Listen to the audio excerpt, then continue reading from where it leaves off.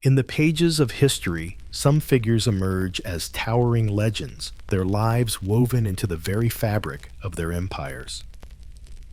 These individuals are often born into privilege, their paths set from the moment they draw their first breath.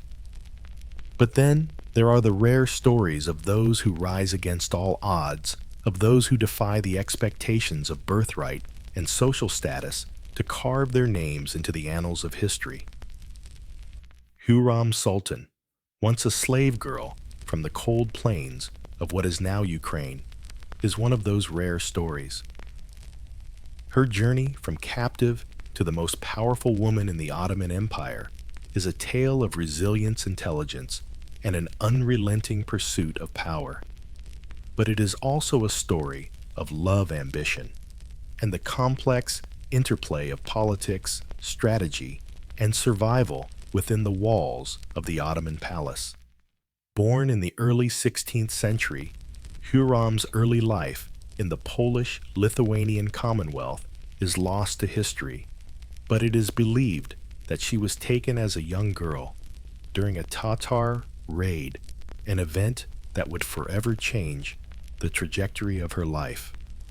Captured and transported across vast lands, Huram was sold into slavery in the heart of the Ottoman Empire. Her journey was not one of grandeur, nor was it one of choice. It was like that of countless others before her, a journey shaped by the violence and tumult of the world she was born into. But Huram's story would defy the narrative that slavery dictated one's future, for she would rise from the depths of captivity to become the most influential woman in the empire, a position no woman before her had ever attained. The heart of Huram's rise lies in the heart of the Ottoman Empire itself, the Topkapi Palace in Istanbul. The palace, a sprawling complex of lavish courtyards and ornate chambers, was home to the imperial harem, a secluded world within a world where concubines, slaves, and sultans coexisted, but only a select few could ever hope to command the sultan's attention. The harem, far from the romanticized notion of luxury that many outsiders held, was a brutal and competitive arena where survival depended not on beauty alone, but on wit, ambition, and above all, political savvy. For Huram, entering this world as a slave meant she had no rights, no status, and no power. But what she possessed was something far more dangerous: a sharp mind, a bright personality, and the capacity to navigate a world of intrigue, hierarchy, and political maneuvering. At the heart of Huram's rise was her relationship with Sultan Suleiman the Magnificent. Suleiman, one of the most revered and powerful sultans in Ottoman history, ruled with both vision and strength. But for all his military conquests and diplomatic successes, it was his personal life, and particularly his relationship with Huram, that would leave a lasting mark on history. Sultan Suleiman, a ruler who had come to expect obedience, had never encountered someone like Huram, a woman who did not merely serve, but actively shaped his world. Their relationship, which began as a typical concubine-sultan dynamic, would evolve into one of mutual respect, partnership, and eventually a deep love that transcended the boundaries of power. Huram was not just another beautiful face in the Sultan's harem. She was a strategist, a confidant, and over time a partner in governance. But Huram's journey to the Sultan's side was not one paved with ease or simplicity. The harem, a realm governed by rigid hierarchy and brutal competition, was a battlefield in its own right. The other women of the Sultan's harem, all vying for his attention, saw Huram not as a competitor, but as a threat. Rivalries ran deep, and every new favorite among the Sultan's women was an opportunity for conflict. Huram's arrival, with her bright smile and unshakable confidence, disrupted the existing order. And this disruption brought her both enemies and allies. To succeed in this world, Huram needed more than beauty. She needed the ability to outthink, outmaneuver, and outlast those who stood in her way. As Huram's relationship with Sultan Suleiman deepened, so too did her power. While other women in the harem were content to play the role of passive concubines, Huram understood the political stakes involved. She navigated the intricacies of court politics, slowly building a network of support among the servants, military officers, and diplomats who frequented the palace. Her intelligence and charm allowed her to forge alliances that would one day propel her into the Sultan's inner circle. But Huram's rise did not come without cost.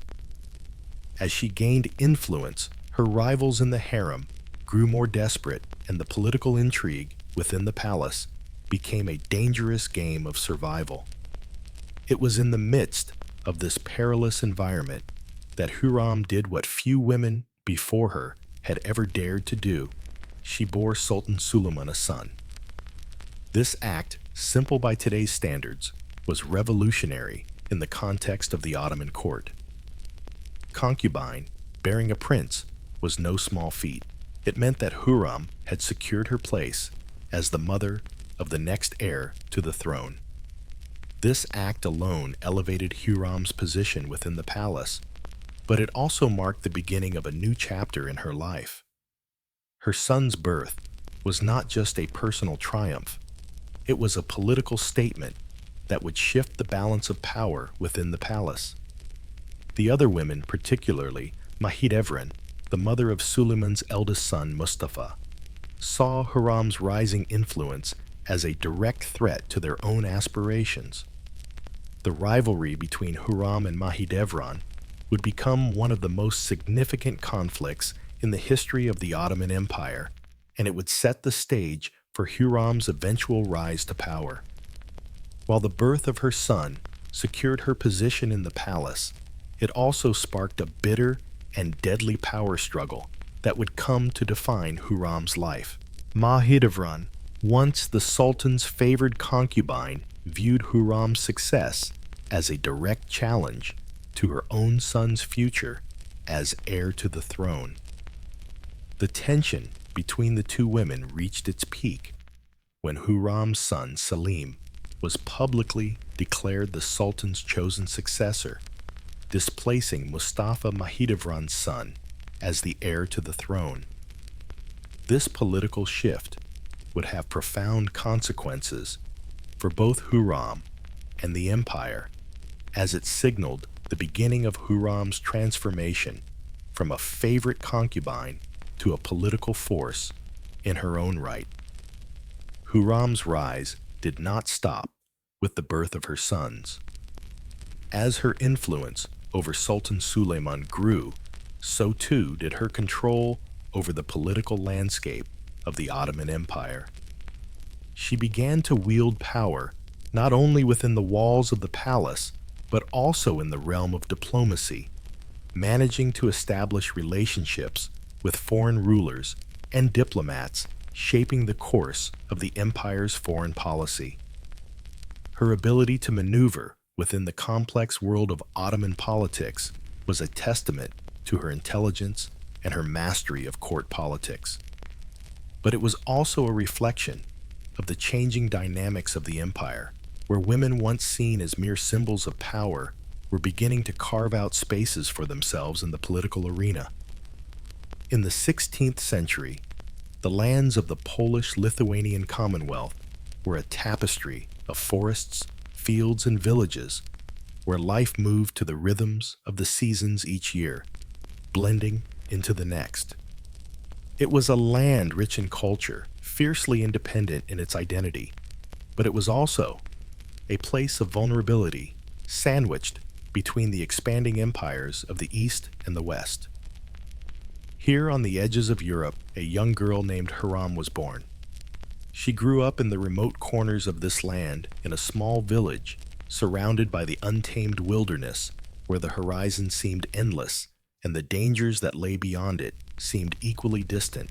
Huram's early life is largely lost to history, her name not yet etched into the annals of time. All we know of her beginnings comes from the faint whispers of those who survived to tell her story. She was a child, like any other, with the simple joys of her homeland filling her days, running through the meadows, playing by the river, and dreaming of a future that would be as steady and as predictable as the cycles of nature. But her world was not destined to remain untouched by the tumult of history. The great tides of conflict that were rising in Eastern Europe would soon crash upon her peaceful village, dragging her from her innocent childhood into the heart of an empire that spanned continents and shook the very foundations of the known world. The Tatar raids were a terror that haunted the lands of the Polish-Lithuanian Commonwealth, a brutal and unrelenting wave that struck without warning, leaving death, destruction, and captivity in its wake. The Tatars' skilled horsemen from the steppes were notorious for their raids into the heart of Europe, and on one fateful day, their shadow fell upon Huram's village. It was the kind of day where the sun rose like any other warm and golden over the land. But that morning, as Huram played in the fields, the unmistakable sound of galloping hooves echoed through the air. The peaceful morning was shattered by the cries of men and women, the shrill whinny of horses, and the terrifying sound of steel clashing against flesh. By the time Huram realized what was happening, it was too late. The Tatars had descended upon her village with the precision and ruthlessness of a storm. The men fought back as best they could, but they were outnumbered, and the enemy's horses were faster and more agile than anything they could have anticipated. Huram, along with many others, was taken captive, bound, and dragged through the wilderness, her village left behind in ruins. The world she knew, the one of home warmth and peace, was slipping away with each agonizing step she took. The journey that followed was brutal. Huram and the other captives were forced to march, their hands bound, their heads held low in the dirt. They had no idea where they were being taken, no sense of what the future held, only the ever-present threat of violence hanging over them. They passed through dense forests, trudged across rivers, and crossed barren landscapes, each day blurring into the next. Huram's body ached with exhaustion, but it was the uncertainty that gnawed at her.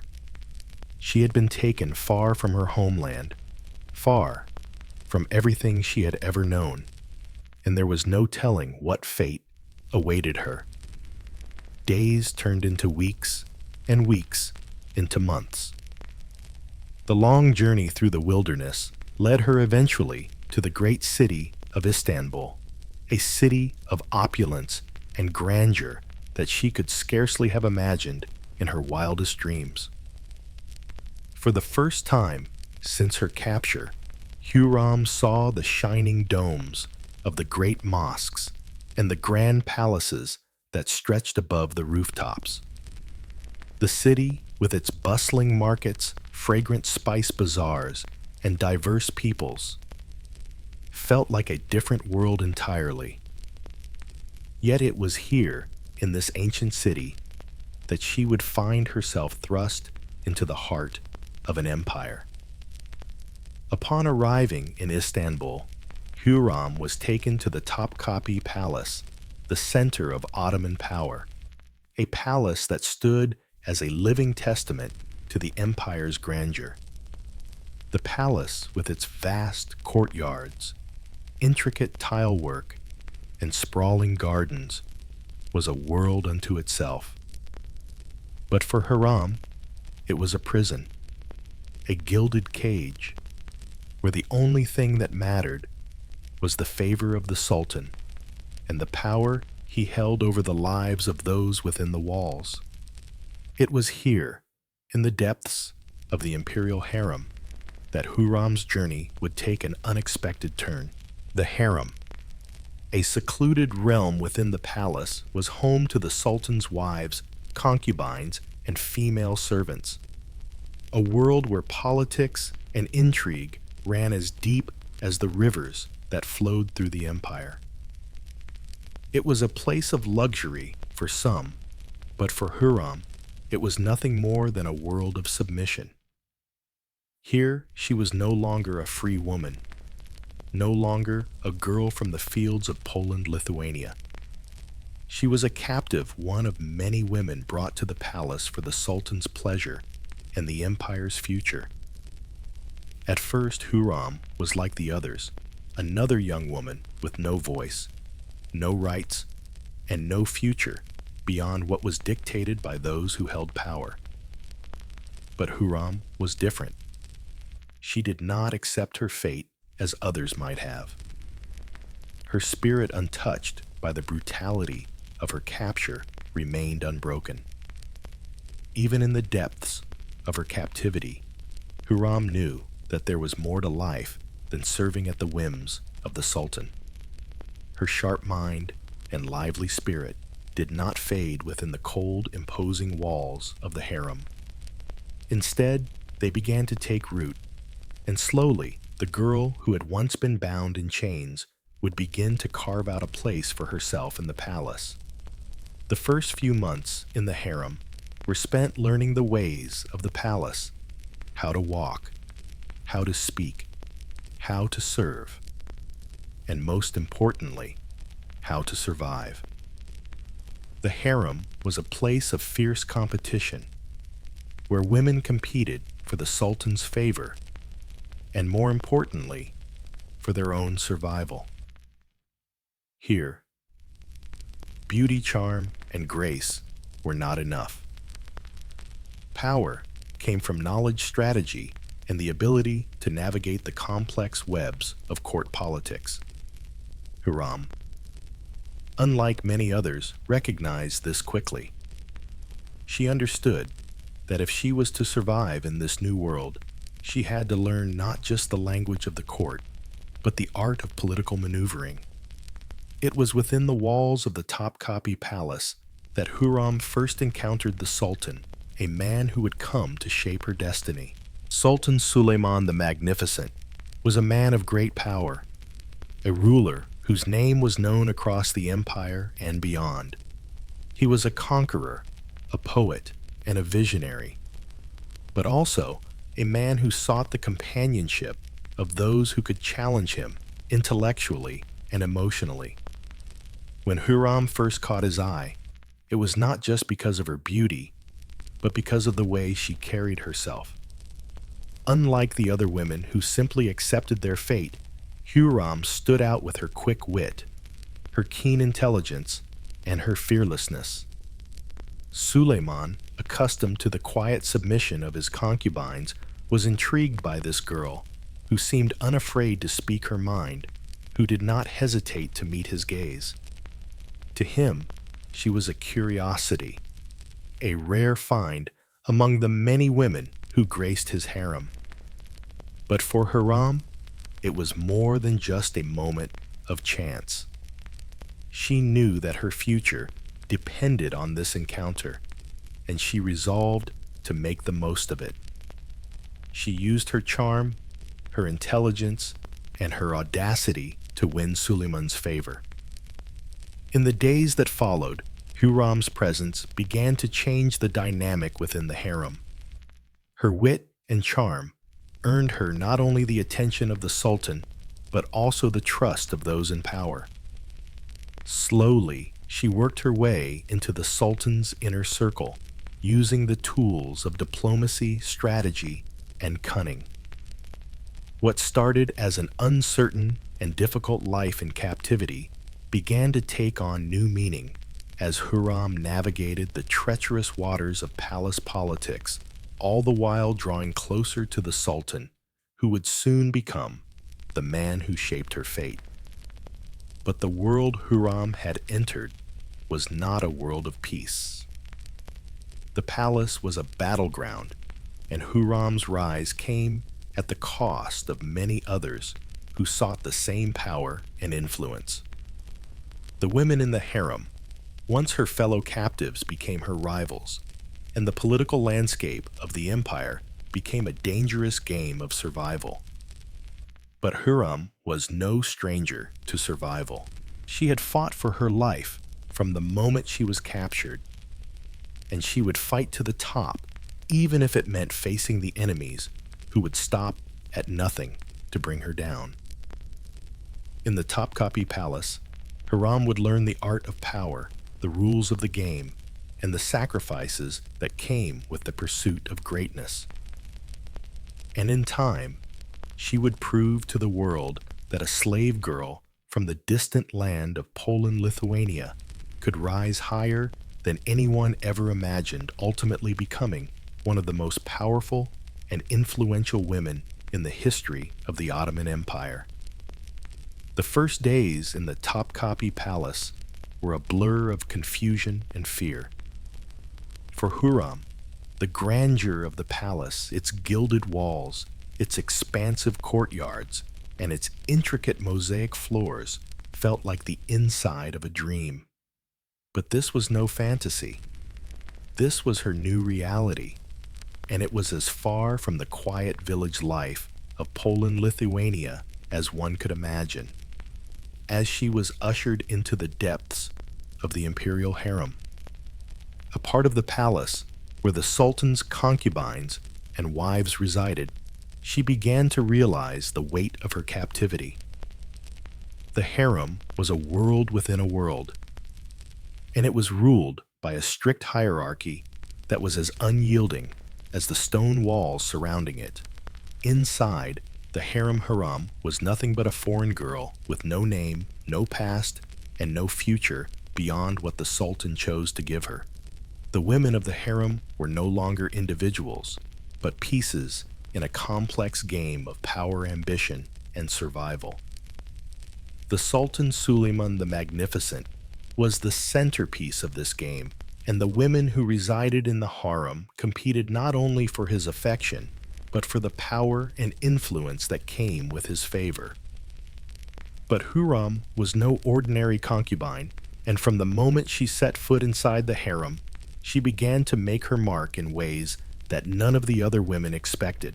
Her first few weeks were spent adjusting to the routines and rituals of the harem, a place where every action, every word, and every glance was meticulously observed. The Sultan's concubines, many of whom had been in the palace for years, were masters of the art of silence, of playing their roles without attracting attention. They had learned to move with grace and subtlety, understanding that their survival depended on their ability to blend into the background.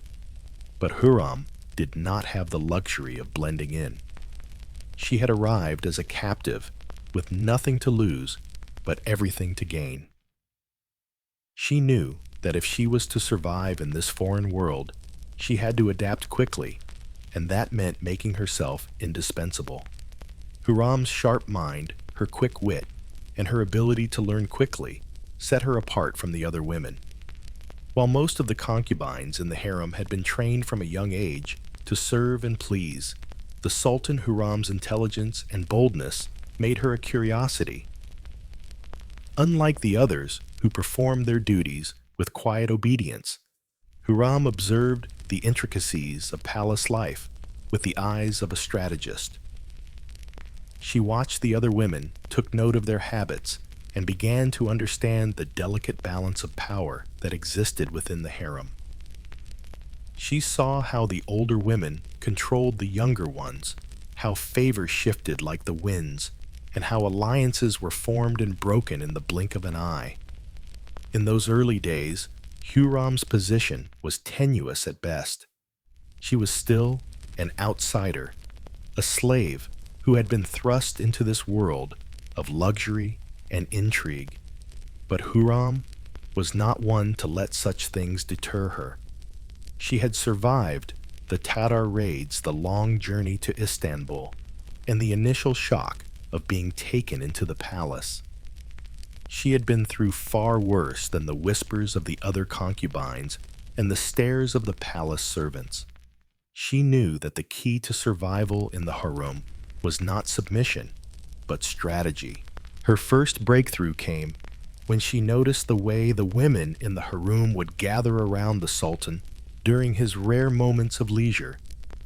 These women, who had spent years perfecting the art of submission, would smile, bat their eyelashes, and speak in soft, measured tones. But Huram had noticed something more. She had seen how the sultan, for all his power and authority, looked for more than just beauty or obedience in a woman. He sought conversation, intelligence, and a challenge to his own intellect.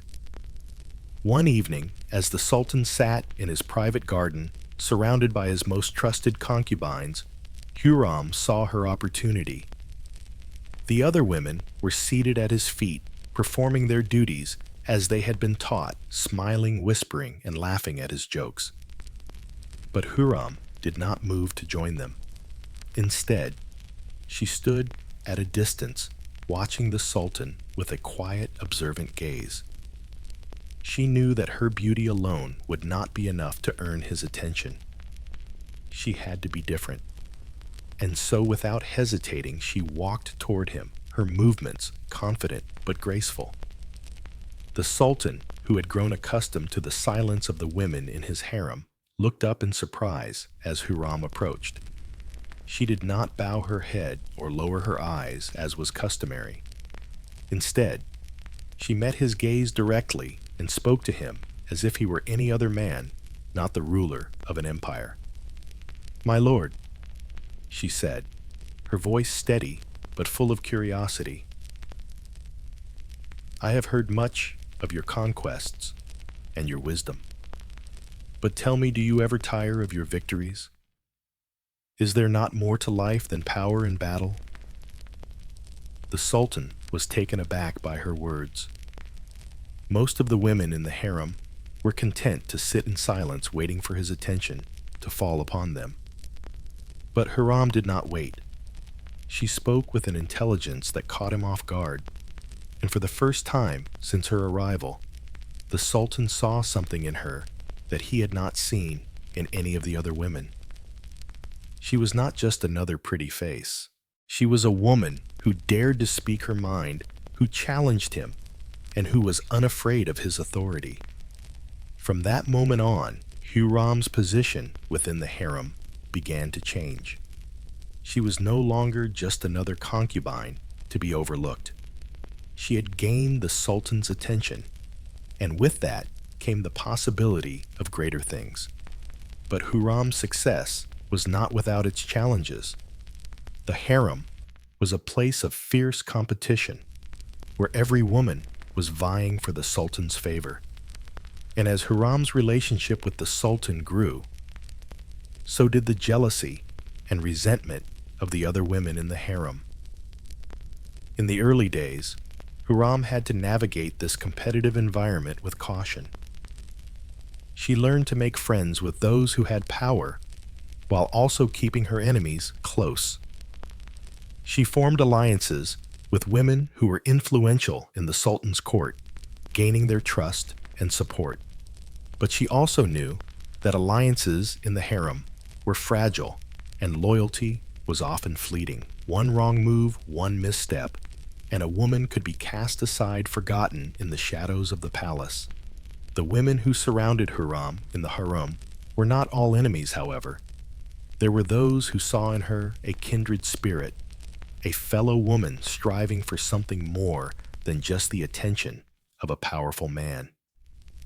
These women became her confidants, her allies, in a world where friendship was often as dangerous as rivalry. But Huram also learned that in the harem nothing was ever as simple as it seemed. Even the most trusted friends could turn against you, and the most seemingly innocuous gestures could be laced with hidden meanings. As Huram continued to navigate the intricacies of palace life, she began to realize just how much the Sultan's favor could change the course of her life. She had already won his attention with her intelligence, but now she had to prove her loyalty, her worth, and her ability to be more than just a concubine. She had to be indispensable. And so Huram began to think strategically, not just about her future, but about the future of the empire itself. She knew that the path to power in the harem was not just about beauty or charm. It was about influence, intelligence, and the ability to manipulate the forces that shaped the world around her. As the months passed, Huram's role within the harem grew. She became the Sultan's confidant, his trusted advisor, and eventually his partner in governance.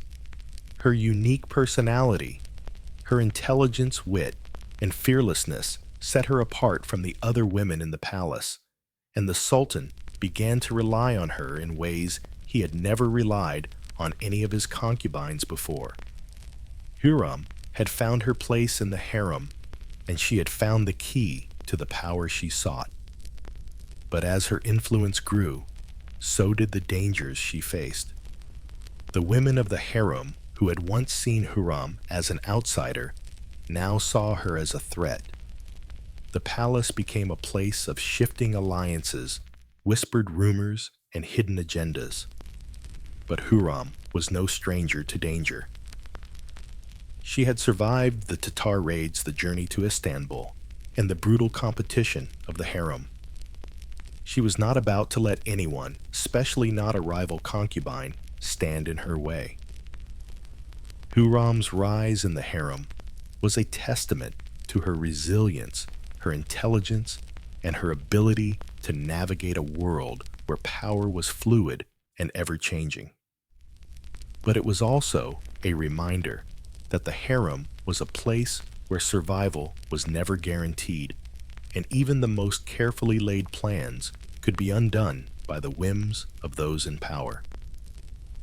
Huram understood this better than anyone, and as her influence within the palace grew, so did her determination to secure her place, not just as a concubine, but as a force to be reckoned with in the heart of the Ottoman Empire. The Topkapi Palace was a world of opulence and grandeur, a sprawling complex that hummed with life. The palace was as much a symbol of the power of the Ottoman Empire as it was a living organism, a realm where politics, passion, and intrigue collided at every corner. For Huram, this palace was both a prison and an opportunity. She had been thrust into this new world, her life turned upside down, but she was not one to submit quietly to fate.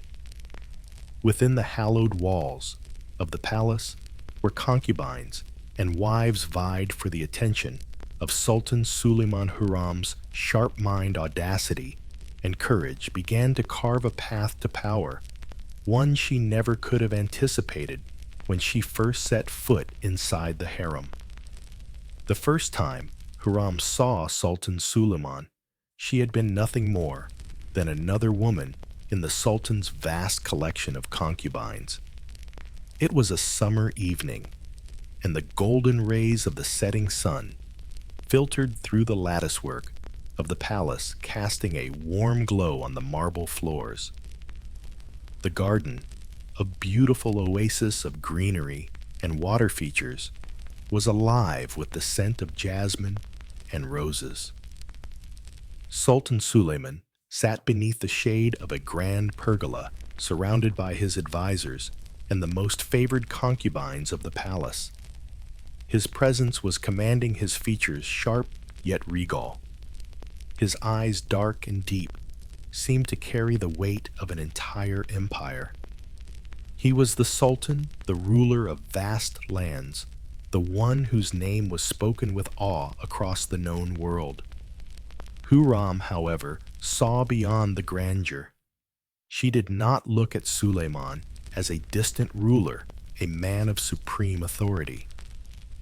Instead, she saw him as a man, A person who, despite his exalted position, might still seek something more than the predictable, sycophantic flattery he received from his other women. At the time, she was new to the harem, still learning the unspoken rules of survival, still understanding the politics of the palace. But she also knew that in a world where beauty and grace were common currency, intelligence and personality were rare treasures that could turn the tides in one's favor. The women who surrounded Sultan Suleiman at that moment were all adorned with jewels and fine silks, their movements measured and rehearsed. They had spent years perfecting the art of quiet servitude, of being seen but never heard, of existing only to please and never to challenge. But Huram, still fresh from the uncertainty of captivity, was unburdened by the rigid expectations that ruled the others. She stood apart from the crowd, her fiery red hair cascading down her back, a stark contrast to the other women, her green eyes bright with curiosity, a glimmer of mischief in them. The Sultan's gaze, usually accustomed to the demure smiles and carefully controlled actions of his women, lingered on her for a moment longer than he intended. She was different, and that difference intrigued him. In a moment of sheer audacity, Huram stepped forward. She was not one to wait for the Sultan's attention, nor did she seek to serve him with the submissive gestures that were customary. She moved confidently, her posture straight, her steps sure and deliberate. When she reached the edge of the Sultan's small gathering, she did not kneel as the others did, nor did she bow her head in reverence. Instead, she looked directly into his eyes. Her gaze was steady, unwavering, as though she was meeting the eyes of a peer, not a ruler. "Your Majesty," Huram said, her voice warm yet bold, "I have heard many speak of your victories, of the lands you have conquered, and the greatness you have achieved. But I wonder, do you ever tire of it all? Is there more to your life than these endless battles, this constant pursuit of power?" The room fell into a heavy silence. The Sultan's advisors exchanged uneasy glances, unsure of how to react. The other women, who had spent years perfecting their roles as silent ornaments, watched Huram with a mixture of surprise and admiration. It was unheard of for any of the Sultan's concubines to speak to him with such directness, especially not in front of so many witnesses. Yet Huram did not falter. Her question was not an attack, but a genuine curiosity, an invitation for the Sultan to reveal something deeper, something more than the polished image he presented to the world. Suleiman, for the first time in a long while, was taken aback. He had known power, he had commanded armies, and he had conquered empires. But in that moment, Huram's question disarmed him.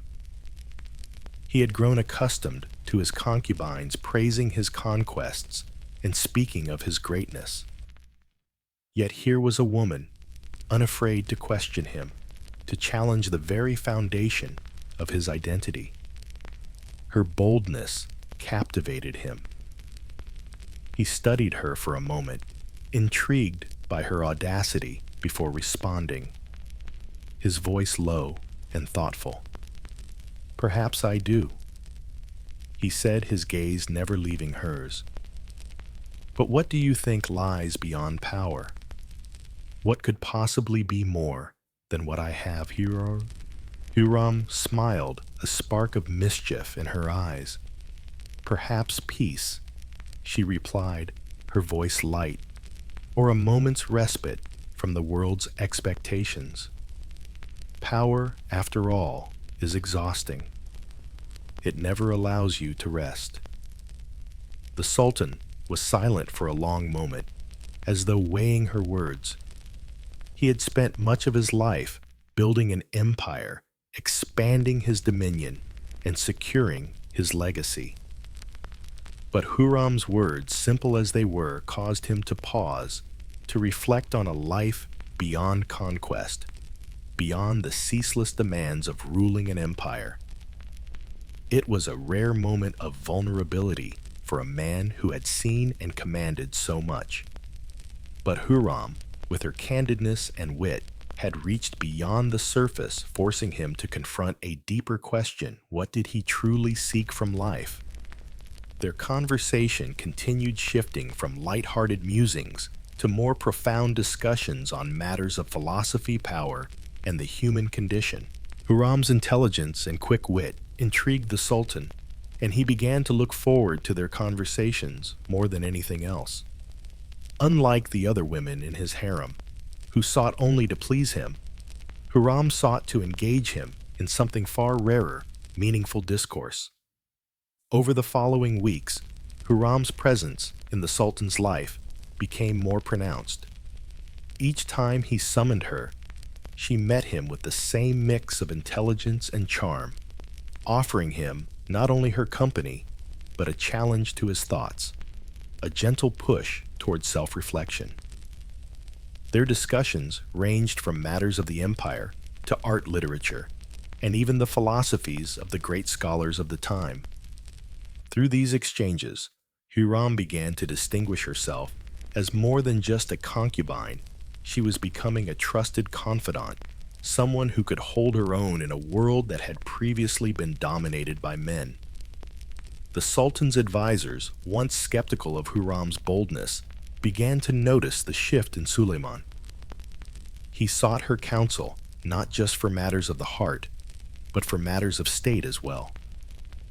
Huram's influence over him grew steadily, and with it, her position within the harem became increasingly secure. The other women, once dismissive of her unconventional approach, now saw her as a rival, an obstacle between them and the Sultan's favor. But Huram's rise was not without its challenges. As her influence grew, so did the resentment of those who had once enjoyed the Sultan's exclusive attention. The other concubines, especially those who had spent years perfecting their place in the Sultan's court, began to see Huram as a threat to their own positions. They whispered behind her back, casting sly glances whenever she passed. But Huram did not shy away. She knew that her rise to favor was a battle that would require both wit and strength, and she was more than ready to play the game. Her ability to rise from an unknown concubine to a favorite was not based solely on her beauty, though she possessed that in abundance. It was her ability to connect with the Sultan, to engage him intellectually and emotionally, that set her apart. In the harrowing world of the harem, where survival depended on a woman's ability to please the Sultan physically and emotionally, Huram's skill in conversation, her charm, and her wit made her indispensable. She was no longer just another pretty face in the Sultan's collection. She had become a trusted companion, someone he could rely on for more than just beauty. She offered him an escape from the world of politics and a rare moment of connection that no other woman in the harem could provide. By the time the first few months had passed, Huram had established herself as the Sultan's most trusted confidant. She was no longer just a concubine.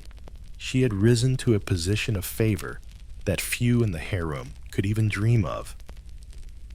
And in a world where everything was transitory, where the whims of the Sultan could shift at any moment, Huram knew that her position, fragile as it was, would require constant effort.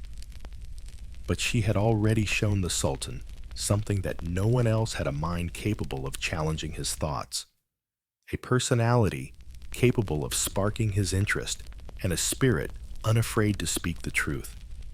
And in the world of the harem, where survival depended on power and favor, that was more than enough. Huram's rise to favor was as swift as it was surprising. Within a few months of her arrival in the harem, she had gone from an anonymous captive to the Sultan's most trusted confidant.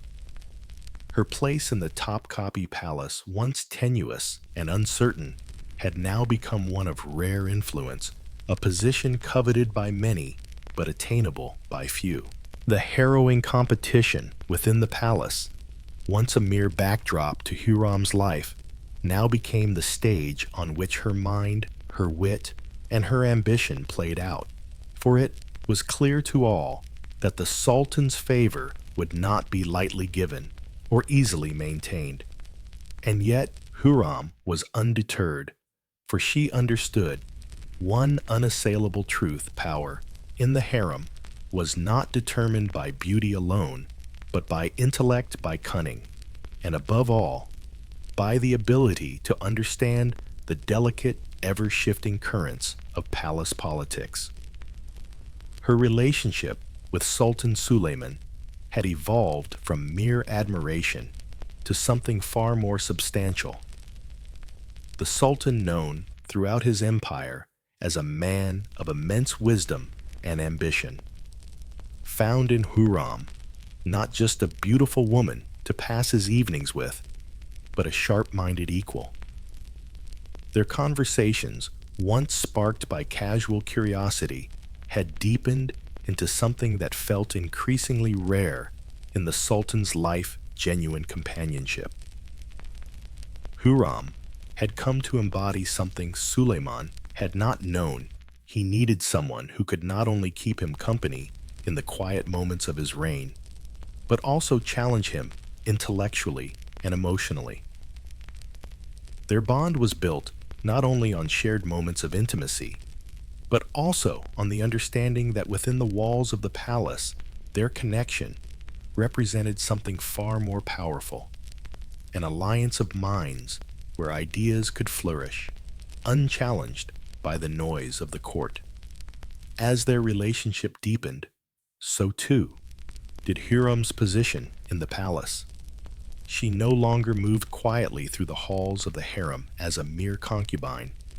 Instead, she began to hold court in her own right, receiving guests, directing matters of state, and advising the Sultan on affairs both personal and political.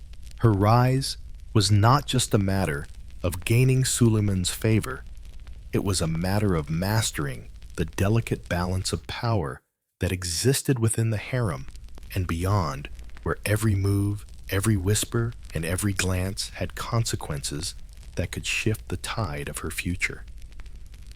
But not all were pleased by Huram's ascent. The other concubines of the Sultan, who had long been accustomed to their positions of relative importance, looked upon her with growing resentment. To them, Huram was a newcomer, an outsider, who had risen far too quickly, bypassing the years of careful maneuvering and submission that the rest of them had endured.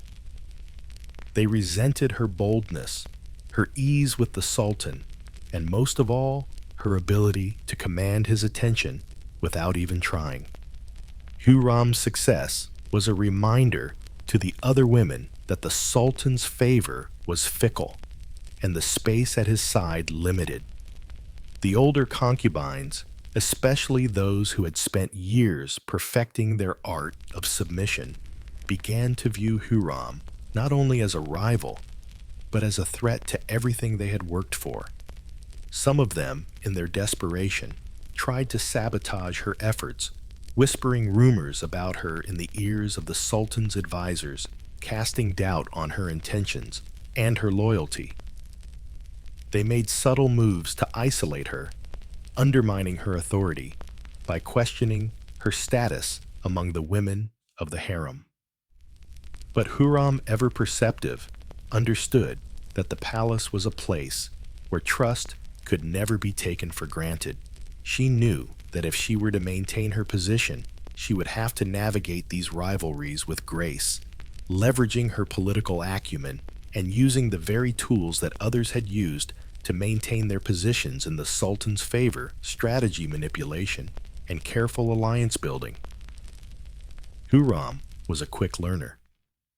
She understood that in a world governed by the will of one man, one wrong move could lead to irrelevance or worse, exile. While the other concubines sought the Sultan's attention with lavish displays of beauty, Huram focused her energy on something more subtle, understanding the intricate web of allegiances that bound the palace together. She spent hours learning about the politics of the harem, who supported whom, which women had the Sultan's ear, and which were merely favored for a moment before being forgotten. Huram's ability to observe and adapt to silently analyze her position and the positions of others was her greatest strength. She knew that the harem was not just a place of beauty and pleasure, it was a battlefield, and every woman in it was fighting for something. Her political strategy began to take shape as she carefully began to form alliances within the palace. She sought the support of powerful women whose influence was felt not through their proximity to the Sultan, but through their control over other aspects of the harem. Huram befriended those who had once been considered rivals, offering them not only her charm and wit, but also her assistance in matters that affected them. In doing so, she built a network of supporters who saw her not as a competitor, but as an ally who could offer them something of value. One of her first moves was to secure the favor of the harem's head of servants, a woman named Nisa, who had long held significant power in the Sultan's palace, despite her relatively humble position. Nisa was a trusted confidant to the Sultan's wives and concubines, and her knowledge of the palace's inner workings made her indispensable. Huram, understanding the power of information and the importance of keeping the right people close, made it a point to win Nisa over. She did so not through flattery or bribery, but through genuine respect for the woman's wisdom and position. Huram would spend hours listening to Nisa's stories, offering her advice on personal matters and providing counsel on difficult issues within the palace. Slowly, Nisa began to trust Huram, and in doing so, she offered her a form of protection within the harem, an invaluable asset in a world where rivals lurked behind every curtain. At the same time, Huram began to distance herself from the more volatile factions in the palace. She knew that the harem was full of women whose ambition could easily turn into bitterness, and she wanted to avoid being swept into any conflicts that did not serve her. Instead, Huram focused on cultivating relationships with those who valued stability, peace, and long-term influence over fleeting moments of power. Her rise was not based on short-term victories or bold displays of strength. Rather, it was a slow, methodical climb built on mutual respect, quiet maneuvering, and a keen understanding of the power dynamics at play. But Huram's rise was not without its challenges. As her relationship with Sultan Suleiman deepened, so did the scrutiny of her every move. The other women, already jealous of her influence, began to grow more vocal in their criticisms.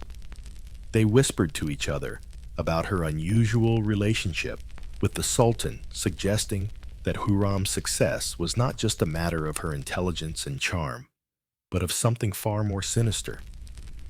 Some even accused her of manipulating the Sultan, of using her influence to bend him to her will. The whispers were subtle but persistent, and Huram knew that they would only grow louder as her position became more secure. Rather than reacting to these rumors with anger or fear, Huram used them to her advantage. She understood that the more her rivals spoke about her, the more attention they drew to her position, which was exactly what she wanted. The whispers in the harem became a tool she could wield to reinforce her standing, to show that even her enemies saw her as a force to be reckoned with. In the world of the Sultan's court, perception was often as important as reality, and Huram had learned to manipulate both with finesse. As the months passed, Huram's influence over the Sultan became undeniable. She was no longer just a favored concubine. She was a political force in her own right. Her ability to navigate the complexities of palace politics, to build alliances, and to maintain her own position of power made her indispensable to Suleiman.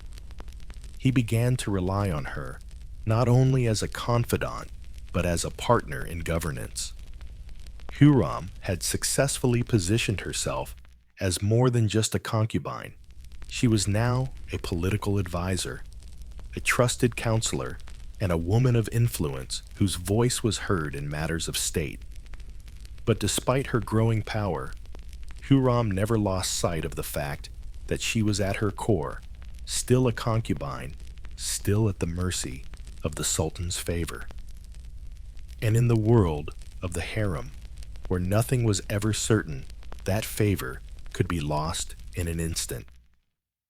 Huram knew that her rise had come at a great cost, and she was prepared to defend her position with everything she had.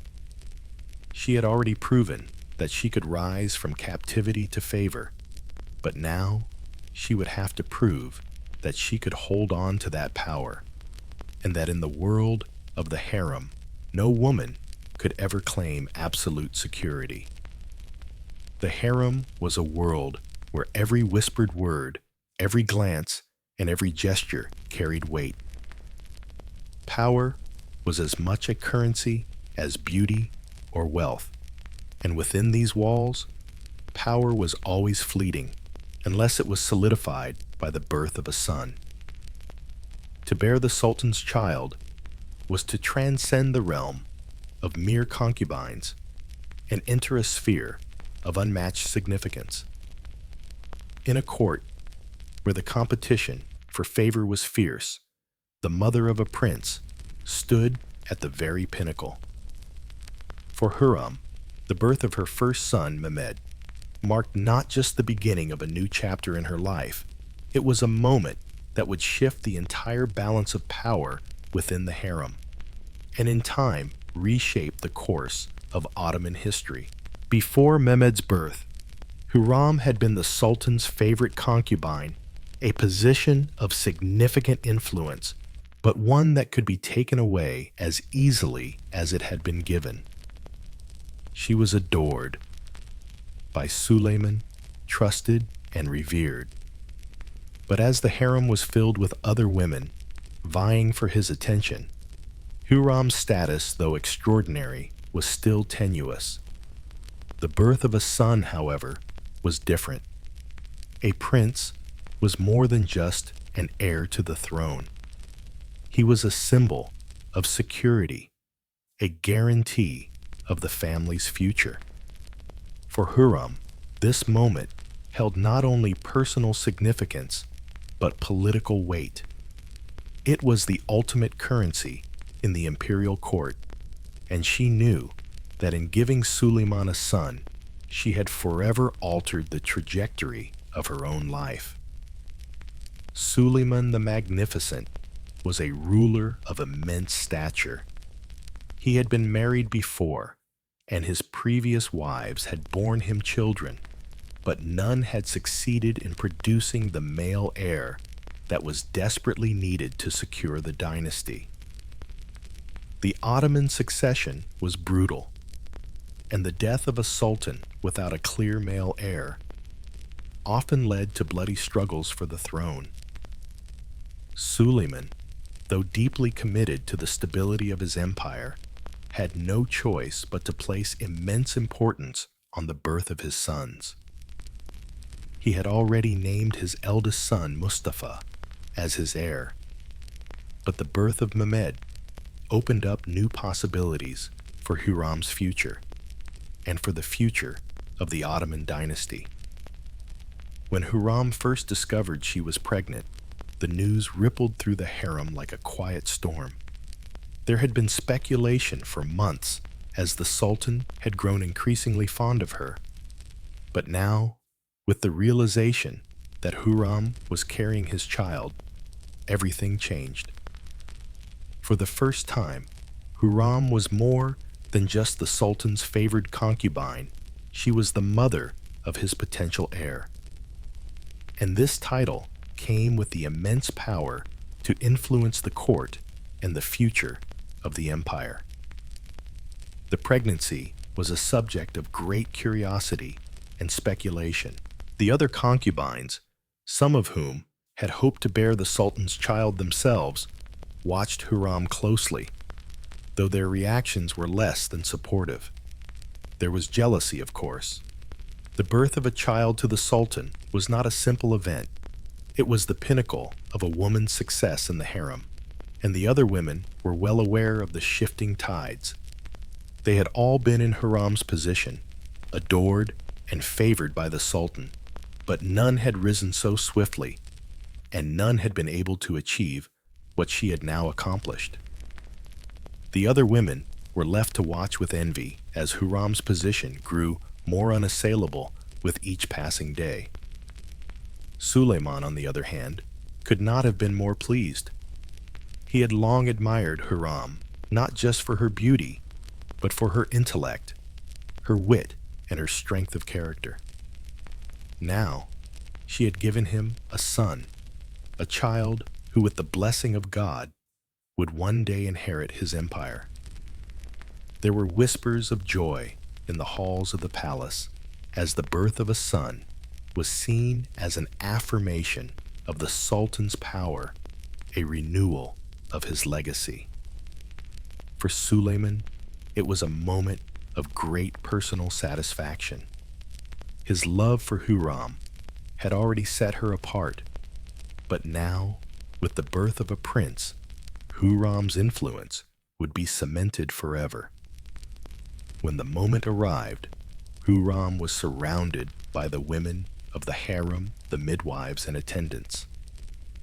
The birth was long and difficult, but Huram's strength of will carried her through.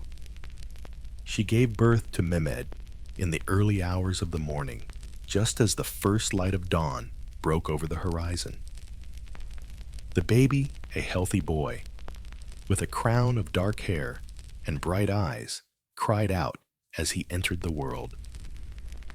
The sound was a declaration, one that would reverberate through the palace for years to come. The Sultan was beside himself with joy. He had fathered sons before, but none had been born with such significance.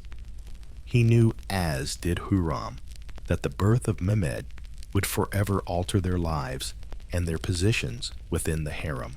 His joy, however, was not just about the birth of a son. It was about the fact that Huram had provided him with something the empire had long needed: an heir who could continue his reign with strength and wisdom. Mehmed's birth marked the beginning of a new era for both Huram and the Sultan. For Huram, the shift in her status was immediate. No longer merely a concubine, she was now the mother of a prince. Her status among the women of the harem was elevated beyond measure, and her position at Suleiman's side became virtually unassailable. The other women who had once envied her position as the Sultan's favorite now saw her as the woman who had achieved what none of them could. She had given him a son. The other women began to treat Huram with a mixture of awe, fear, and jealousy, but they all knew that the power dynamic in the harem had shifted. Huram's relationship with the Sultan also deepened. No longer was she simply his companion and confidant. Now, she was his partner in the future of the empire. The birth of Mehmed solidified her influence over Suleiman, for she had given him the one thing no other woman in the palace could provide: a male heir who would one day wear the crown. The Sultan was more devoted to her than ever before, and Huram, with her characteristic intelligence and ambition, knew how to leverage this devotion to further her position. The birth of Mehmed also had significant political ramifications. It was not just a personal victory for Huram, but a triumph for her faction in the palace. In the cutthroat world of the Ottoman court, where every move was watched and every word scrutinized, Huram had secured her place in history. The other women in the harem were forced to accept her newfound status, and many began to align themselves with Huram, seeking her favor in the hopes of securing their own positions. For Huram, however, the real challenge lay in the days and years to come. The birth of a son was only the beginning. Now, she had to ensure that Mehmed would thrive, and ultimately ascend to the throne. In the dangerous world of the harem, where rivals plotted at every turn, Huram could never afford to be complacent. She knew that the birth of a prince had changed everything, but it had also made her a target. Her newfound status came with its own dangers, and Huram understood that power was never permanent, especially in a place as volatile as the Sultan's court. But for the moment, Huram allowed herself to bask in the glory of her achievement. She had given the Sultan a son, and with that, she had given herself a future in which she would hold more power than any concubine before her. Her influence, already significant, would now be felt across the empire, and her name would be remembered as one of the most influential women in Ottoman history. In the days that followed Mehmed's birth, Huram's influence grew even more pronounced. She was no longer just the Sultan's favored concubine. She was the mother of a prince, and with that came a new set of responsibilities and privileges. She began to play a more active role in the administration of the harem, advising the Sultan on matters of state and helping to shape the direction of the empire. Her political acumen, which had served her so well in the past, now became a cornerstone of her influence. With Mehmed's birth, Huram had not just secured her position, she had secured her legacy. She was no longer just a fleeting favorite of the Sultan. She had become a pivotal figure in the history of the Ottoman Empire. The future of the empire and of the harem now rested in her hands.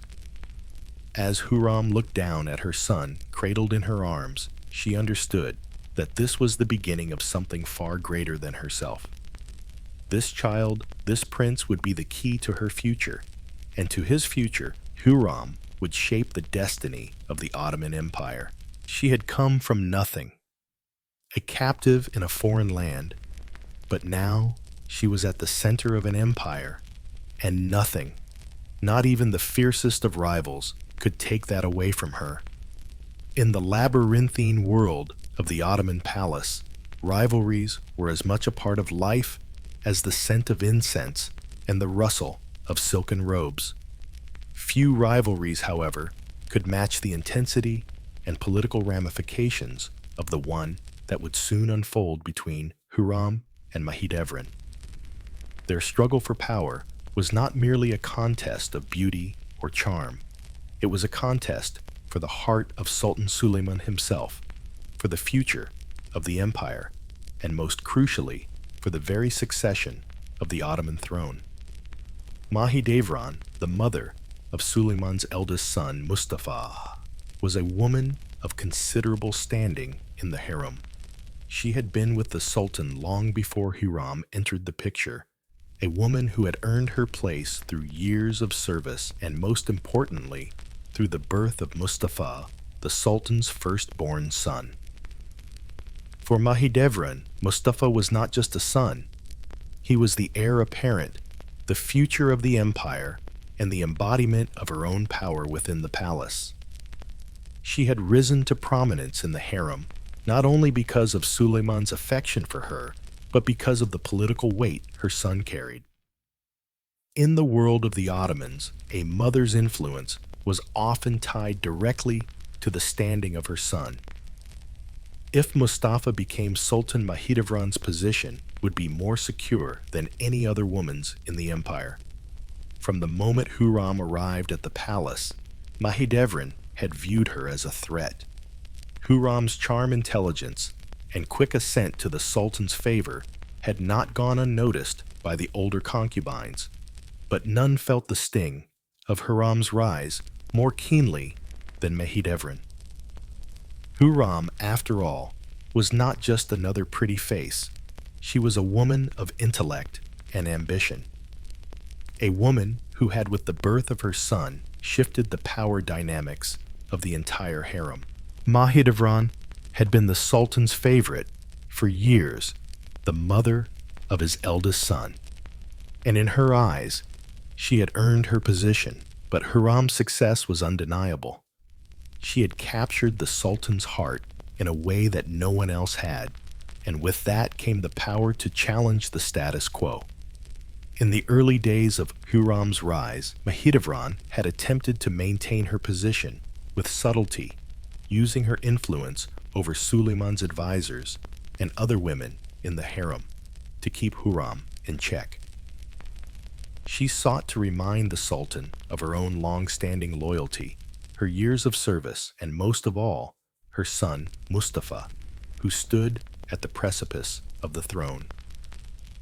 Mahidevran knew that if she lost Suleiman's favor, she would lose everything.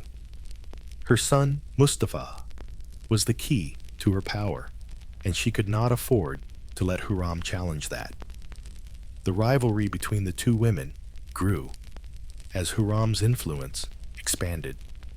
Huram's relationship with Suleiman was deepening, and she had become his confidant and advisor on matters both personal and political.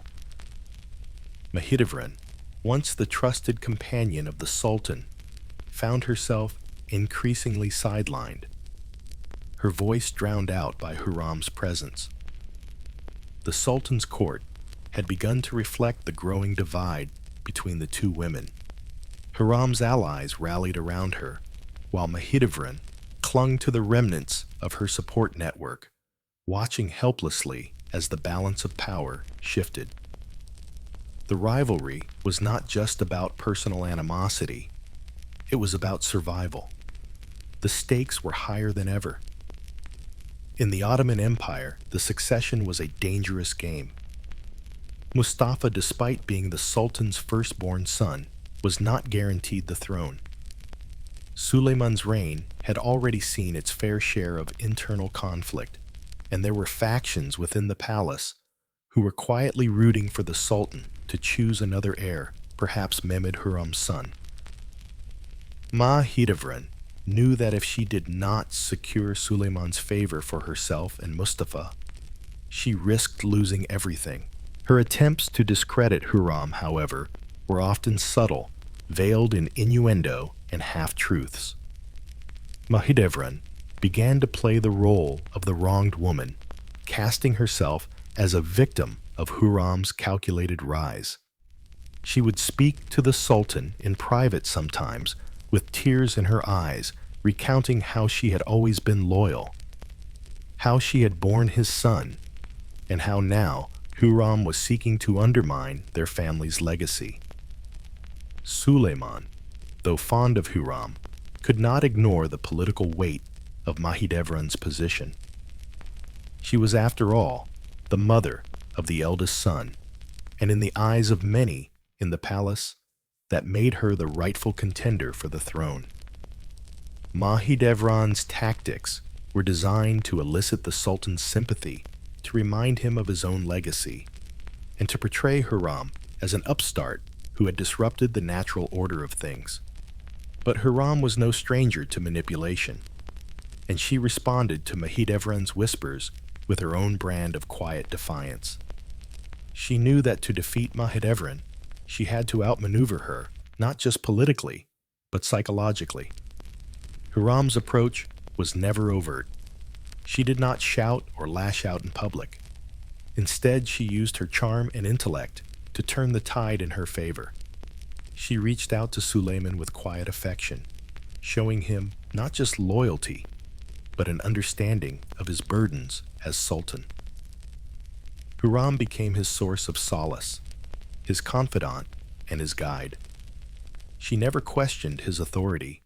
Rather, she bolstered it, using her influence to make Suleiman feel that with her by his side, he could rule the empire with strength and wisdom. The confrontation between Huram and Mahidevran came to a head one fateful day in the harem. It was a moment that would mark a turning point in Huram's rise to power. It began in the quiet corridors of the palace, with Mahidevran making her usual rounds, checking on her son and seeking out allies to solidify her position. Huram, having heard whispers of Mahidevran's latest attempts to undermine her, decided that it was time to confront the older concubine head-on. Huram, despite her sharp political mind, had never been one to shy away from a challenge, especially when it came to protecting her family and securing her son's future. She approached Mahidevran with an air of calm confidence, her voice low but firm. The two women stood in the harem's grand hall, their rivalry palpable in the air between them. Mahidevran, her eyes narrowed with suspicion, spoke first, accusing Huram of overstepping her bounds, of stealing the sultan's affection and manipulating the court for her own gain. Huram, ever composed, listened quietly, allowing Mahidevran to voice her frustrations. Then, in a single moment of calculated grace, Huram turned the conversation. She reminded Mahidevran with calm precision that she had always respected her position as the mother of the Sultan's firstborn son. But she also pointed out that the future of the empire was in flux, that no one, not even the Sultan, was above the changing tides of time. She spoke of how her son Mehmed had already begun to take the place of honor at the Sultan's side, and how the future of the empire would depend not on old alliances, but on the strength of new blood. Huram's words, though soft, were sharp as daggers, and Mahidevran, taken aback by the force of her rival's composure, knew at that moment that the game had changed. Huram had not just defended her position, she had challenged Mahidevran's very claim to power. That day marked a turning point for both women. For Huram, it was a victory, a subtle but undeniable assertion of her power in the palace. For Mahidevran, it was a blow to her status, a reminder that her position, once so secure, was now under threat from a woman who had risen from nothing to take everything she had worked for.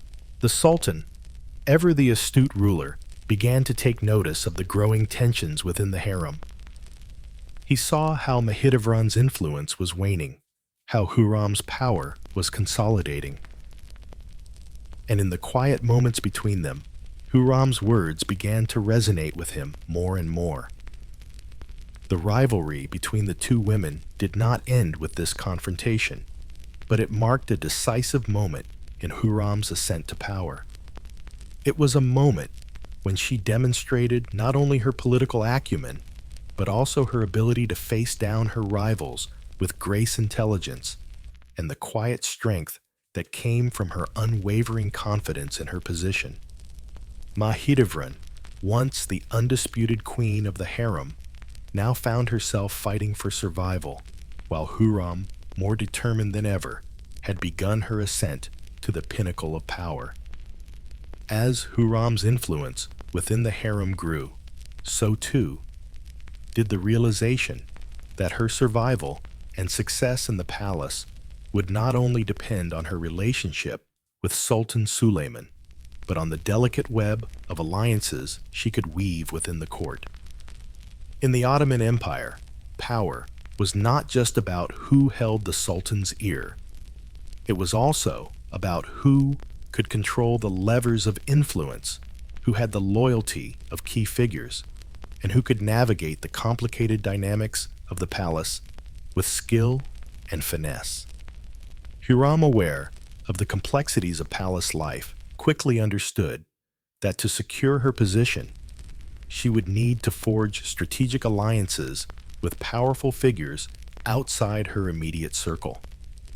The first of these alliances was with Rustam Pasha, the Sultan's Grand Vizier. Rustam, a man of great ambition and political acumen, was a crucial figure in the Ottoman court. His influence over the empire's administration, military, and foreign policy made him an invaluable ally and a formidable opponent for anyone seeking to rise in the ranks. Huram, ever the astute strategist, recognized that aligning herself with Rustam would not only solidify her position within the palace, but would also give her a powerful voice in the direction of the empire. Rustam Pasha, despite his high rank, was not without his own political ambitions.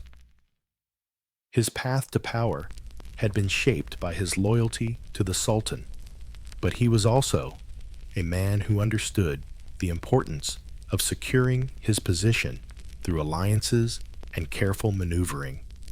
It was this understanding that made him a key figure for Huram to approach.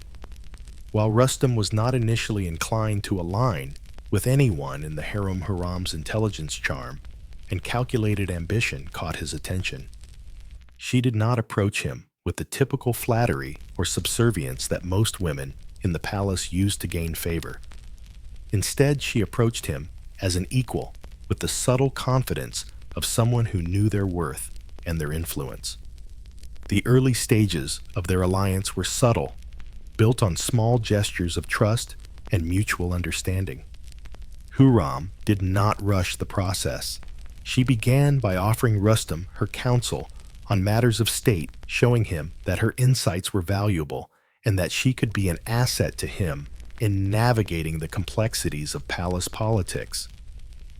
She understood the importance of flattery, but her approach was always layered with genuine respect and quiet influence.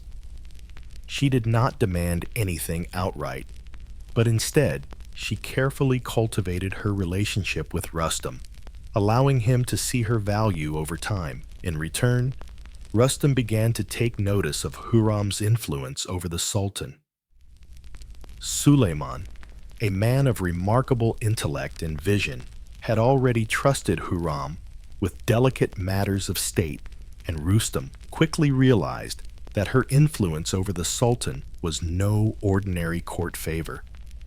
Huram's counsel had proven invaluable in key decisions, especially in matters of diplomacy, foreign relations, and military strategy. Her ability to gain Suleiman's trust and guide him in decisions that affected the empire's future made her a figure of great importance within the court. Over time, Rustam and Huram developed a mutually beneficial relationship. Rustam, with his vast network of political contacts and his control over the empire's administration, became an invaluable ally for Huram. In turn, Huram's influence over the Sultan and her understanding of palace dynamics provided Rustam with the support he needed to maintain his position as the Sultan's trusted advisor. Their alliance allowed them both to gain an upper hand in the court's complex power struggles, and together they began to reshape the political landscape of the empire. But Huram's alliances were not confined to the walls of the palace. Recognizing the importance of diplomacy, she began to use her position as a means of extending her influence beyond the borders of the Ottoman Empire. The Sultan, who trusted Huram's judgment, began to rely on her to communicate with foreign monarchs and diplomats, and Huram quickly became the unofficial face of Ottoman diplomacy. Her correspondence with foreign rulers was not just a matter of courtesy, it was a strategic tool that allowed her to shape the empire's relationships with other nations.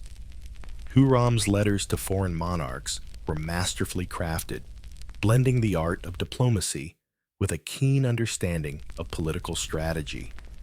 She wrote with clarity and precision, balancing respect with the subtle assertion of Ottoman power. Her diplomatic efforts were not limited to formal state matters. She also used her correspondence to gather intelligence, build alliances, and sow the seeds of influence in foreign courts. She communicated not only with European powers, but also with rulers in the Middle East, North Africa, and even distant Asia. Each letter was carefully crafted to advance the Sultan's interests, while simultaneously strengthening Huram's position within the Ottoman court. Huram's charm was a weapon that she wielded with great care. She understood that her beauty alone could not secure her place in the empire.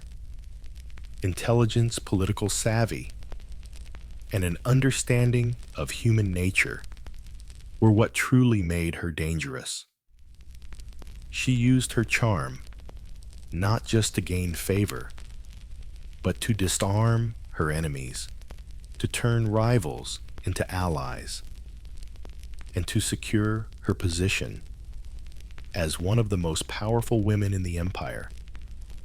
She was no longer just the Sultan's favorite concubine. She was his closest advisor, his confidant, and his partner in shaping the future of the Ottoman Empire. Her alliances with key figures in the palace, particularly with Rustam Pasha, allowed Huram to maintain a tight grip on power. She carefully positioned herself as the Sultan's most trusted advisor, subtly reminding him of her loyalty, her intelligence, and her unique position in his life. She was not just a woman of beauty. She was a woman who understood the intricacies of governance, diplomacy, and military strategy.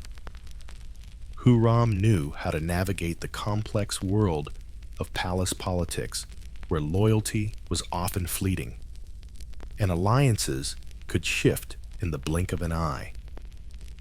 In the courts of foreign monarchs, Huram's charm and political savvy continued to serve her well. She became a key figure in the negotiations between the Ottoman Empire and other European powers, using her understanding of both Ottoman and European politics to broker deals, form alliances, and secure favorable outcomes for the empire. Her reputation as a diplomatic force spread across Europe, and soon foreign ambassadors were as eager to meet with her as they were with the Sultan himself. Huram's ability to weave together the interests of the empire with those of foreign powers allowed her to expand her influence far beyond the confines of the harem. Yet despite her growing power, Huram remained ever aware of the fragility of her position. In the Ottoman court, no one, not even the Sultan, could ever be entirely secure. Her rise to power had come at a great cost, and Huram knew that she could not afford to take her position for granted. She continued to play the game with grace and subtlety, always aware of the shifting tides of court politics. She had learned that alliances were essential, but they were also temporary. The moment a rival gained the Sultan's favor, the balance of power could shift in an instant. But for now, Huram had secured her place at the center of the Ottoman Empire. Her influence, both within the palace and beyond, was undeniable. Through her strategic alliances with key figures like Rustam Pasha, her diplomatic efforts with foreign monarchs, and her ability to use her charm and intelligence to solidify her position, Huram had become a political force in her own right. She was no longer just the Sultan's favorite concubine. She was a woman who had learned to wield power in a world dominated by men. Her journey had not been easy, and it was far from over. But Huram knew that she had mastered the art of survival and ascent in the treacherous world of the Ottoman court. She had come from nothing, a captive from a faraway land. But now, she was one of the most powerful women in the empire, a force to be reckoned with in both the palace and the world beyond. The future of the empire, and perhaps her own legacy, would depend on how well she could continue to navigate the dangerous waters of politics, power, and intrigue. The shadow of impending tragedy hung over the palace in the years leading to Prince Mustafa's untimely death. It was a tragedy not only of personal loss, but of political consequence, one that would reverberate throughout the Ottoman Empire for generations to come. At the heart of the crisis was Huram Sultan, whose rising influence and intricate web of alliances had already begun to reshape the political landscape of the empire. But it was her role in the downfall of Mustafa the Sultan's eldest son that would forever cement her place in the annals of Ottoman history. Prince Mustafa had been the heir apparent for much of his life. As the firstborn son of Sultan Suleiman the Magnificent, he was the natural successor to the throne. He was a man of great promise, well liked by the military, and admired for his charisma, strength, and leadership. But his path to the throne was complicated by the political machinations within the palace. The rivalry between Huram and Mahidevran, the mother of Mustafa, was no secret. Mahidevran, the mother of the Sultan's firstborn son, had long been a figure of power in the harem. Yet as Huram's influence grew, Mahidevran's power waned. And it was Huram's machinations, her delicate maneuvering behind the scenes, that would prove to be the catalyst for the downfall of Mustafa. Huram, once a lowly captive in the palace, had quickly risen to become the Sultan's most trusted confidant, and with her ascent came the emergence of her son Mehmed as a potential heir to the throne. The prospect of Mehmed inheriting the empire was not just a matter of personal ambition, it was a matter of survival for Huram. The competition for the throne was fierce, and in the brutal world of the Ottoman court, only one son could ascend to power. The Sultan's affection for Mustafa, his firstborn son, was no guarantee that the young prince would inherit the empire. Mustafa's growing popularity among the military and his own ambitions had made him a formidable rival to Huram's son Mehmed. The seeds of Mustafa's downfall were planted in the months leading up to his death, and Huram, ever the shrewd political strategist, played a key role in orchestrating the events that would lead to the prince's tragic end. It was not, however, a simple case of jealousy or rivalry. It was the product of a complex web of political motives. The ambitions of the Sultan's wives, and the precarious nature of succession in the Ottoman Empire. Suleiman's reign had been marked by wars of expansion, diplomatic struggles, and internal strife, and the future of the empire was constantly in question. Huram, recognizing the danger that Mustafa posed to her son's future, knew that she needed to secure the throne for Mehmed no matter the cost. The first step in Huram's plan was to undermine Mustafa's reputation in the eyes of the Sultan. Huram, through her carefully cultivated alliances and political maneuvering, began to plant doubts in Suleiman's mind regarding his son's loyalty and intentions. Rumors began to swirl that Mustafa was plotting against his father, that he harbored ambitions to seize the throne by force. It was a classic tactic in the cutthroat world of Ottoman politics: undermine the rival by sowing discord and mistrust. Huram, who had already become a trusted advisor to Suleiman, used her influence to stoke the fires of suspicion. The rumors were carefully crafted and spread through the right channels. Huram's allies within the palace, particularly Rustam Pasha, the Grand Vizier, played their part in amplifying the whispers of treason.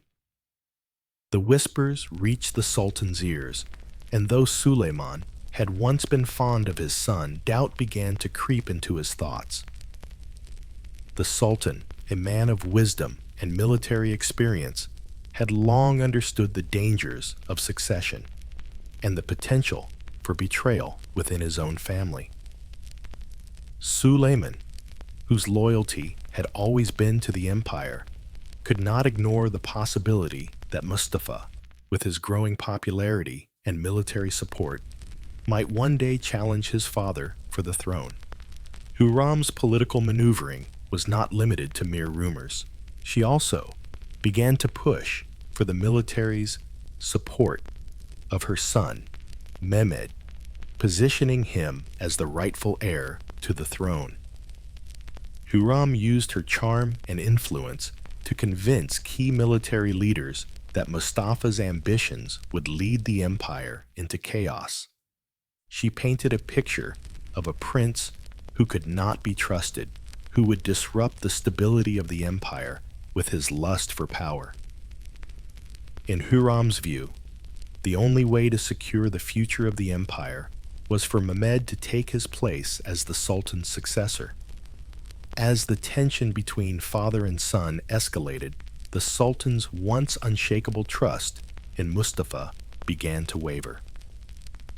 The rumors combined with Huram's careful whisperings and strategic alliances created an atmosphere of distrust and suspicion in the palace. Huram, ever the calculating strategist, understood the delicate balance she had to strike. She knew that any overt attack on Mustafa would backfire. She needed to strike at the prince in a way that would leave no room for doubt in Suleiman's mind about the necessity of his son's removal. The fateful moment arrived when Suleiman, consumed by the political pressures and the mounting suspicions surrounding Mustafa, made the decision that would forever alter the course of history. He summoned Mustafa to his camp, where the young prince was to be confronted. Mustafa, though wary of his father's sudden change in demeanor, had no idea what awaited him. As he entered the tent, he was met with the cold, calculating gaze of the Sultan, who had already made up his mind. The rumors had taken root, and the seeds of doubt had blossomed into full-blown conviction. Suleiman, with a heavy heart, ordered his son's death. The method of Mustafa's execution was as tragic as it was symbolic. Mustafa, unaware of his fate, was summoned to the Sultan's tent under the guise of an audience. When he entered, he was met not with his father's warmth, but with the cold steel of the Sultan's resolve. Guards were ordered to strangle Mustafa in his father's presence. The execution, swift and brutal, was carried out in silence. The young prince, who had once been the future of the empire, was no more. His body was unceremoniously dumped outside the camp, a tragic reminder of the fragility of power in the Ottoman court. The impact of Mustafa's death was immediate and far-reaching. For the Sultan, it was a painful decision, one that he would never fully reconcile with. Suleiman had loved his son, but the political landscape of the empire had left him with little choice. Mustafa's death solidified Huram's position within the court and ensured that her son Mehmed would rise to take his place. The empire, for all its grandeur, had become a place where blood was spilled, not just in battle, but in the quiet chambers of power. For Huram, Mustafa's death was both a triumph and a tragedy. It secured her son's future, but it also marked her as a woman capable of extreme measures to protect her family's interests. In the eyes of many in the palace, Huram's role in Mustafa's death was clear. Though she had never ordered the execution directly, it was impossible to deny her influence in shaping the events that led to his downfall. Huram had outmaneuvered her rivals, but in doing so, she had paid a steep price, a price that would haunt her for the rest of her life. The death of Mustafa also had profound consequences for the Ottoman Empire. It marked the end of one era and the beginning of another. The empire, though it continued to thrive under Suleiman's reign, was irrevocably altered.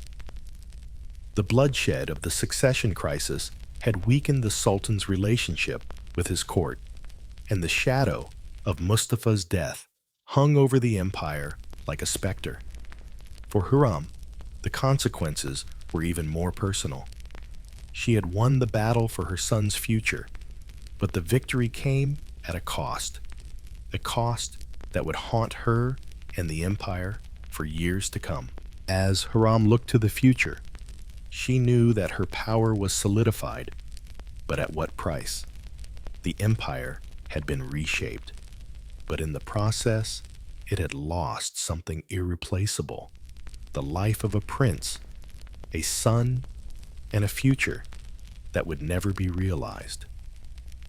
Huram's influence in the court was unquestioned, but the weight of Mustafa's death and the role she played in it would always be a part of her legacy. In the Ottoman Empire, where the line between loyalty and betrayal was thin, Huram had secured her family's future, but at a great cost. In the labyrinthine corridors of power that stretched throughout the Ottoman Empire, one moment would stand out forever, a turning point in the empire's history that no one could have predicted. It was a moment that would change the course of both Huram Sultan's life and the very fabric of Ottoman society itself, the groundbreaking moment when Sultan Suleiman the Magnificent chose to make Huram his beloved concubine, his legal wife. For centuries, the sultans of the Ottoman Empire had adhered to a rigid tradition, one that viewed marriage as a political tool, a means to forge alliances and strengthen the imperial line. The sultan's concubines were often slaves women of humble or unknown origins who had been brought into the imperial harem to serve the sultan. They held significant sway over the court, but they were not legally recognized as wives. The power of the concubine was contingent upon her beauty, her charm, and her ability to produce heirs, but marriage to the sultan. That was reserved for women of noble blood, women who could bring with them political alliances and influence. Huram, however, was no noblewoman. She had come to the palace as a captive from the Polish-Lithuanian Commonwealth, a foreigner with no blood ties to the imperial family. She had risen from nothing, from the cruel fate of being a slave to becoming the Sultan's most cherished companion, his closest confidant. Her rise to power had been slow and calculated, her every step measured. But despite her vast influence, despite the love that had blossomed between her and Suleiman's marriage to the Sultan, was a dream that seemed distant and unattainable. But Huram was no ordinary woman. She was not a passive player in the game of power. She was a force to be reckoned with. And the Sultan, for all his wisdom and military genius, had come to rely on Huram in ways that no one else could match. She had proven herself a confidant, a strategist, and above all, a woman capable of understanding the empire's needs and shaping its future. She had gained his trust, not only through her beauty and charm, but through her intelligence, her political savvy, and her ability to advise him in matters of state. The idea of marriage, a formal legal union, had always been a distant notion. It was unthinkable for a concubine to ascend to the position of a wife, let alone become the Sultan's queen. But for Huram, the path to this unprecedented union began with her transformation from a mere concubine into the mother of the Sultan's sons. When she bore him not one, but several children, including the firstborn son Mehmed, she secured a position that no concubine before her had ever attained. The birth of these children not only strengthened Huram's claim to power, but also made her indispensable to Suleiman. The Sultan, who had always placed great importance on the lineage of his empire, had never imagined that a woman who started as a slave would become the mother of his heirs. But even then, Huram's journey to marriage was not without its challenges. For decades, the practice of concubinage had been woven into the fabric of the Ottoman system. The Sultan's wives were often political figures who had been married off for their family's benefit, while the concubines were valued for their beauty charm and ability to provide heirs. Marriage to the Sultan was a political decision, not one born out of love or affection. The idea of Huram, a woman with no noble lineage, becoming the Sultan's legal wife would have seemed absurd to many. In the palace, whispers of this potential union began to spread. Those close to the Sultan, his advisors, his military commanders, and the other women in the harem were skeptical, and for good reason. The court had long adhered to the strict rules of succession and royal marriage, and Huram's rise had already disrupted the established order. Her political acumen, her influence over the Sultan, and the births of her children had created a ripple effect that some viewed as dangerous. The reaction from the Sultan's other wives, especially Mahidevran, the mother of Mustafa, was one of bitter resentment. For years, Mahidevran had held a position of prominence in the harem. She had been the mother of the Sultan's first son and had long considered herself the rightful queen. To her, Huram's ascension was an affront, a challenge to her own power and the future of her son. She had seen Huram's rise with growing hostility, and now the thought of the Sultan marrying Huram, the former concubine, was an unimaginable blow to her. Yet for all the opposition and resistance, Sultan Suleiman made his decision. The moment he chose to marry Huram was not just a declaration of love, it was a political statement, one that broke centuries of tradition and transformed the structure of the Ottoman court forever.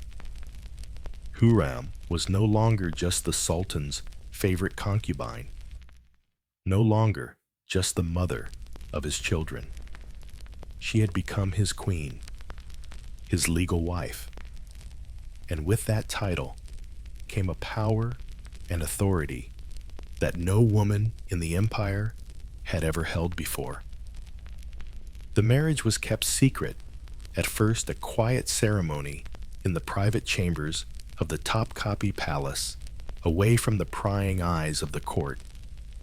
It was not a public affair, but its implications were profound.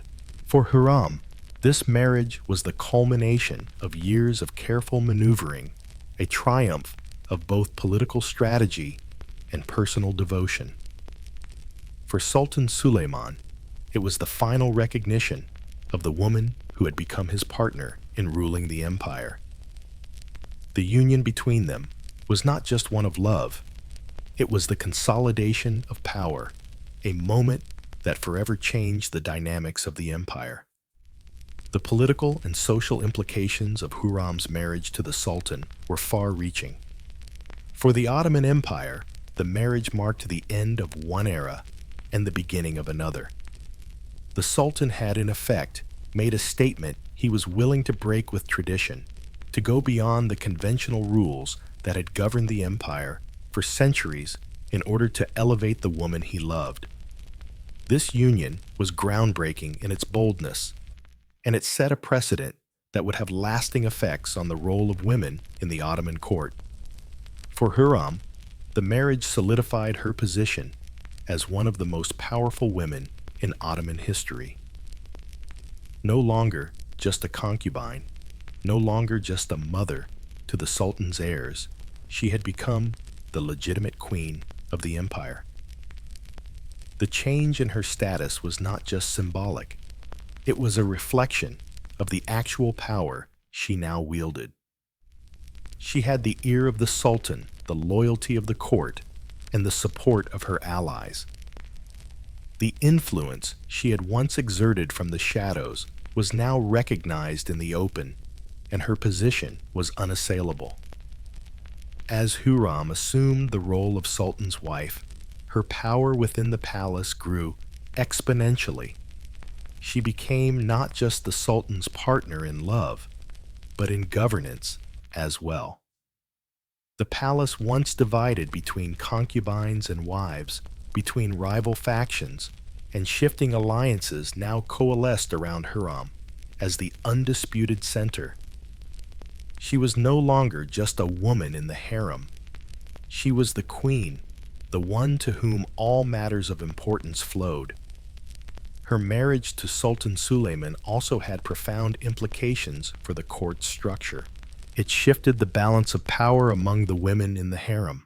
Once Huram had become the legal wife, she was afforded the respect and authority that came with that title. The other concubines, who had once viewed her as a rival, now looked to her for guidance and favor. The women of the harem were no longer just competing for the Sultan's affection. They were now navigating a new world in which Huram was the undeniable queen, the undisputed power within the palace. For the other factions within the empire, Huram's new status would prove both a blessing and a challenge. Some saw her elevation as a symbol of hope, the embodiment of merit and determination rising above tradition. Others, particularly those who had held power through more conventional means, viewed it as a threat. The implications of Huram's marriage to Sultan Suleiman would stretch far beyond the walls of the palace, altering the political landscape of the empire in ways that would unfold over the coming years. Huram's transformation from a concubine to a queen was not just a personal victory, it was a political revolution in itself. She had defied the odds, defied the system that had been in place for centuries, and emerged not only as the Sultan's favorite, but as his queen. Her marriage to Sultan Suleiman marked the dawn of a new era in the Ottoman Empire, one in which women, for the first time, would be able to wield significant power in their own right. Huram, once a captive slave, had ascended to the throne, and with her newfound position, she would change the course of Ottoman history forever. Once, Huram Sultan had ascended to her new role as the legal wife of Sultan Suleiman the Magnificent. The entirety of the Ottoman Empire began to shift beneath her feet, subtly yet profoundly. Her influence, once confined to the intimate corners of the harem, now spread across the political and social landscape of the empire. Huram's reign was not defined by traditional power struggles or military conquests. It was rooted in the nuanced dance of diplomacy, governance, and statecraft. As Sultan Suleiman's most trusted confidant and queen, Huram not only secured the future of her children, but also reshaped the very fabric of Ottoman governance. The change in Huram's status was seismic. She went from being a woman with no rights in the empire to the very epitome of royal power. As the Sultan's queen, Huram had the ear of the empire's most powerful man, yet it was her intelligence, political acumen, and understanding of power dynamics that allowed her to cement her influence. She was no longer a mere symbol of the Sultan's affection. She became a political force indispensable in both domestic and foreign matters. Huram's involvement in decision-making both within the court and the empire at large was extensive. Her transformation into a queen with authority was as deliberate as it was strategic, as she understood that her influence extended far beyond the boundaries of her personal relationship with the Sultan. From her early days in the palace, Huram had recognized that gaining the Sultan's trust would not be enough to secure her position. She needed to be more than just his favorite. She needed to be his partner, intellectually and politically, guiding the empire through its most critical junctures. Huram's approach to governance was far more sophisticated than that of many rulers, as she combined an astute understanding of political dynamics with a keen sense of empathy. While some leaders ruled through fear, Huram ruled through influence and wisdom, understanding that her strength came not just from her proximity to power, but from her capacity to shape the empire's future. In the court of the Sultan, Huram was not just a passive bystander in decision-making. She became a key architect of policy. Although her involvement in the formal councils and military campaigns was minimal, since her position as a woman precluded her from directly commanding forces, Huram found other avenues to exert her influence. She would sit by the Sultan's side during critical discussions, her advice not only sought but valued. This was not an overnight achievement. Huram had earned the Sultan's respect, proving time and again that her insight was invaluable. She was an advisor, confidant, and strategist all at once, whose guidance shaped Suleiman's decisions on military campaigns, diplomatic alliances, and matters of the imperial treasury. Huram's political acumen allowed her to strengthen her position within the empire's inner circles, ensuring that her children's future was secured. With Suleiman's support, she had already ensured that her firstborn son, Mehmed, had a strong claim to the throne. But Huram's influence didn't stop there. She worked to fortify her children's positions within the Ottoman court, promoting their legitimacy and ensuring they received the best education and training. She understood that the Ottoman dynasty, steeped in centuries-old traditions of succession, was a battleground where only the most politically astute could succeed. To her, ensuring the future of her children wasn't merely a matter of blood, it was a matter of strategy. Her control within the palace was not simply political, it extended to the very structure of the harem itself. As Queen Huram instituted significant reforms that not only strengthened her position, but also solidified her control over the harem. For centuries, the harem had operated as a space where concubines were more than just sexual partners. They were also political players in their own right.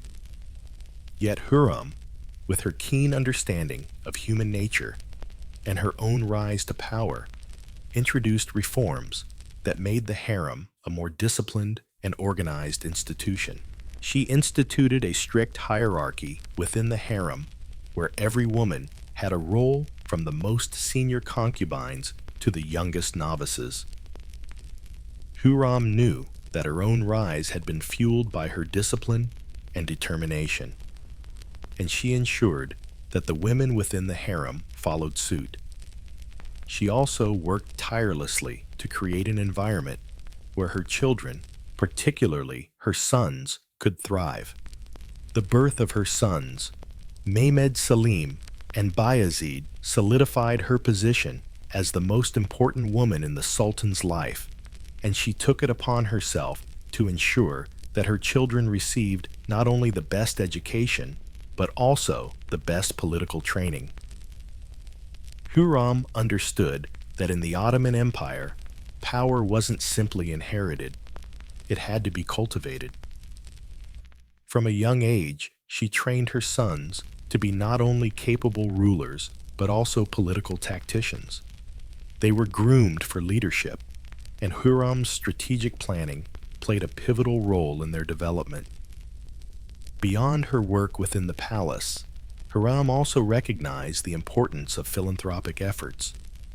She understood that her position as queen, with all its privileges, came with the responsibility of giving back to the empire's people.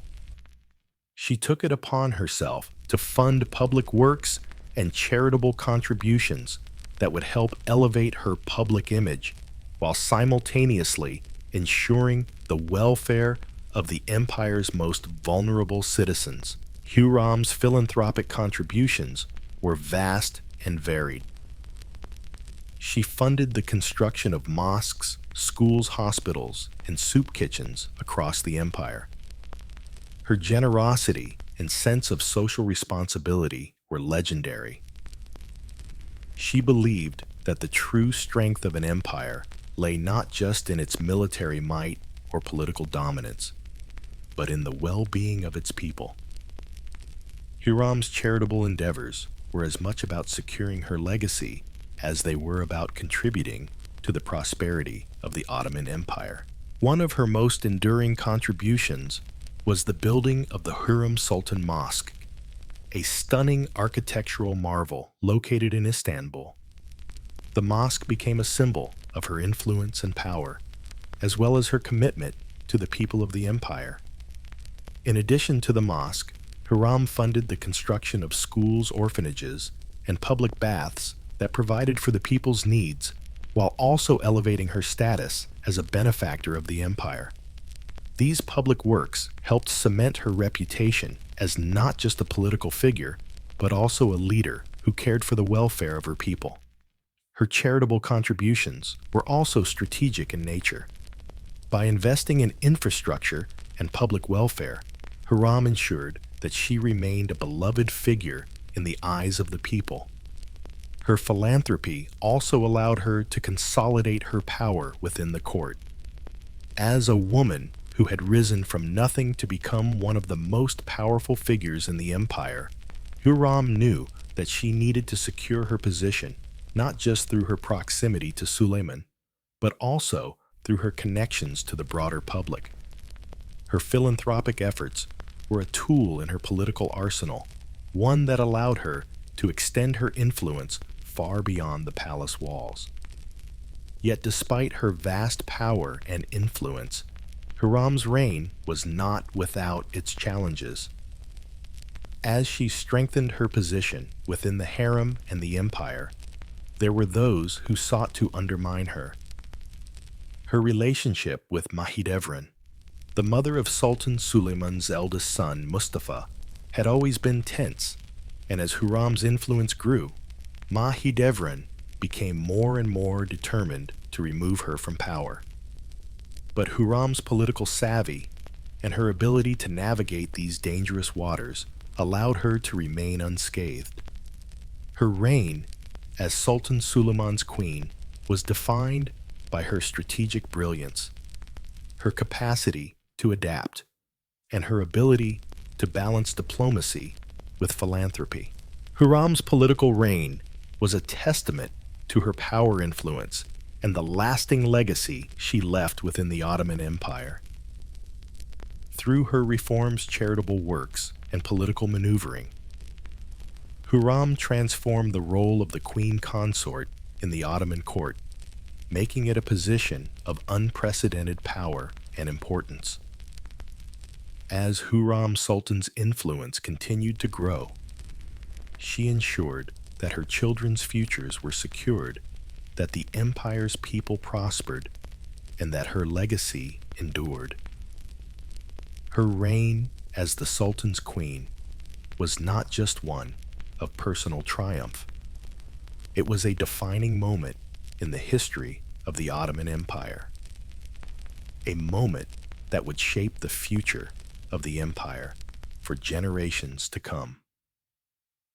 Huram Sultan's reign as the wife of Sultan Suleiman the Magnificent was not simply a period of personal triumph or political ascent. It was the birth of a new era in Ottoman history, one that would reverberate through the annals of time. Her legacy was not confined to the walls of the Topkapi Palace, nor did it end with the death of her beloved sultan. Huram's influence, once ignited by her intelligence, beauty, and political savvy, grew into something far more profound. She was a queen, but she became the architect of a new power structure that would reshape Ottoman society and politics for generations to come. Her story is a testament to the power of influence, not as a fleeting force, but as a foundational shift in the very structure of empire. Through Huram Sultan, the Ottoman Empire witnessed the rise of the Sultanate of women, a phenomenon that would see women, especially those in the imperial harem, rise to unprecedented political and social influence. Before Huram, women had little to no political power. They were often seen as ornaments in the Sultan's court, their primary roles defined by their ability to bear heirs and entertain the Sultan. But Huram changed that narrative entirely. With her ascent to the position of Sultan's wife, Huram carved out a space for herself that was not just as the favorite concubine, nor as the mother of the heirs to the throne, but as a legitimate partner in the governance of the empire. Huram became an embodiment of power in her own right. She stood as an example that women could not only exert influence within the domestic spheres of the palace, but also across the broader political landscape of the empire. Under her watch, the once quiet, secluded world of the harem became a vibrant, politically charged space where the destinies of empires were decided as much by the women within its walls as by the men who wielded swords. The beginning of the Sultanate of Women was one of Huram's greatest and most lasting legacies.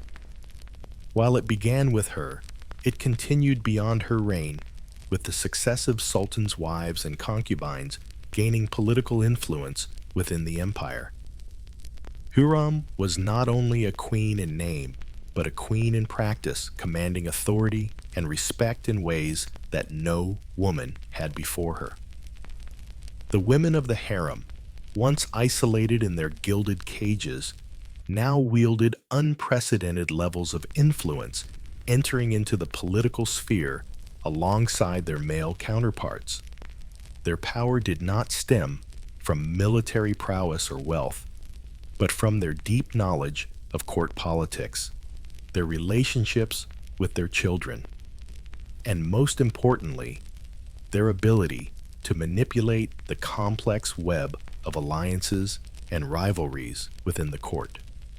Huram was the first to elevate the harem to such a height, and her actions set the stage for the Sultanate of Women, where women would command respect not only within the palace, but also in the larger Ottoman world. As Huram's influence within the palace grew, so did her ability to shape the political future of the empire through her children. She had borne Sultan Suleiman several sons, and though only one could ascend to the throne, Huram's role in their upbringing and training ensured that the path to power would remain firmly in her hands. Her sons Mehmed Salim and Bayezid were not just heirs to the throne, they were the embodiment of her legacy, and their rise to prominence was a direct result of Huram's meticulous and strategic nurturing. Huram's influence over her children was not only a matter of maternal love, but of political calculation. She understood that the Ottoman Empire, steeped in centuries of feudal succession, was a battleground where only the strongest, most politically astute could survive. She worked tirelessly to ensure that her sons were not only well-educated, but well-positioned to claim the throne. They were groomed for leadership, educated in the arts of statecraft, diplomacy, and warfare. Huram was their chief strategist, guiding them through the treacherous waters of Ottoman politics. Her guidance ensured that each son knew how to navigate the complexities of the palace and the empire, ensuring their success and cementing her legacy as a political force. But Huram's influence wasn't limited to her children alone. Her relationships with key figures within the empire, including Rustam Pasha, the Grand Vizier, and various military leaders, bolstered her position. Rustam Pasha, her son-in-law, and one of her closest allies, was a vital player in Huram's political strategy. He was loyal to her, and through him, Huram gained access to the political elite of the empire. Rustam, a shrewd and calculating figure, helped Huram secure her children's future by ensuring that the political factions within the empire were aligned with her interests. Through him, Huram was able to maintain control over the empire's decision-making processes even after Suleiman's death. In the years following Sultan Suleiman's death, Huram's political power did not diminish. Instead, she continued to wield influence not only through her children, but through her vast network of allies and patrons.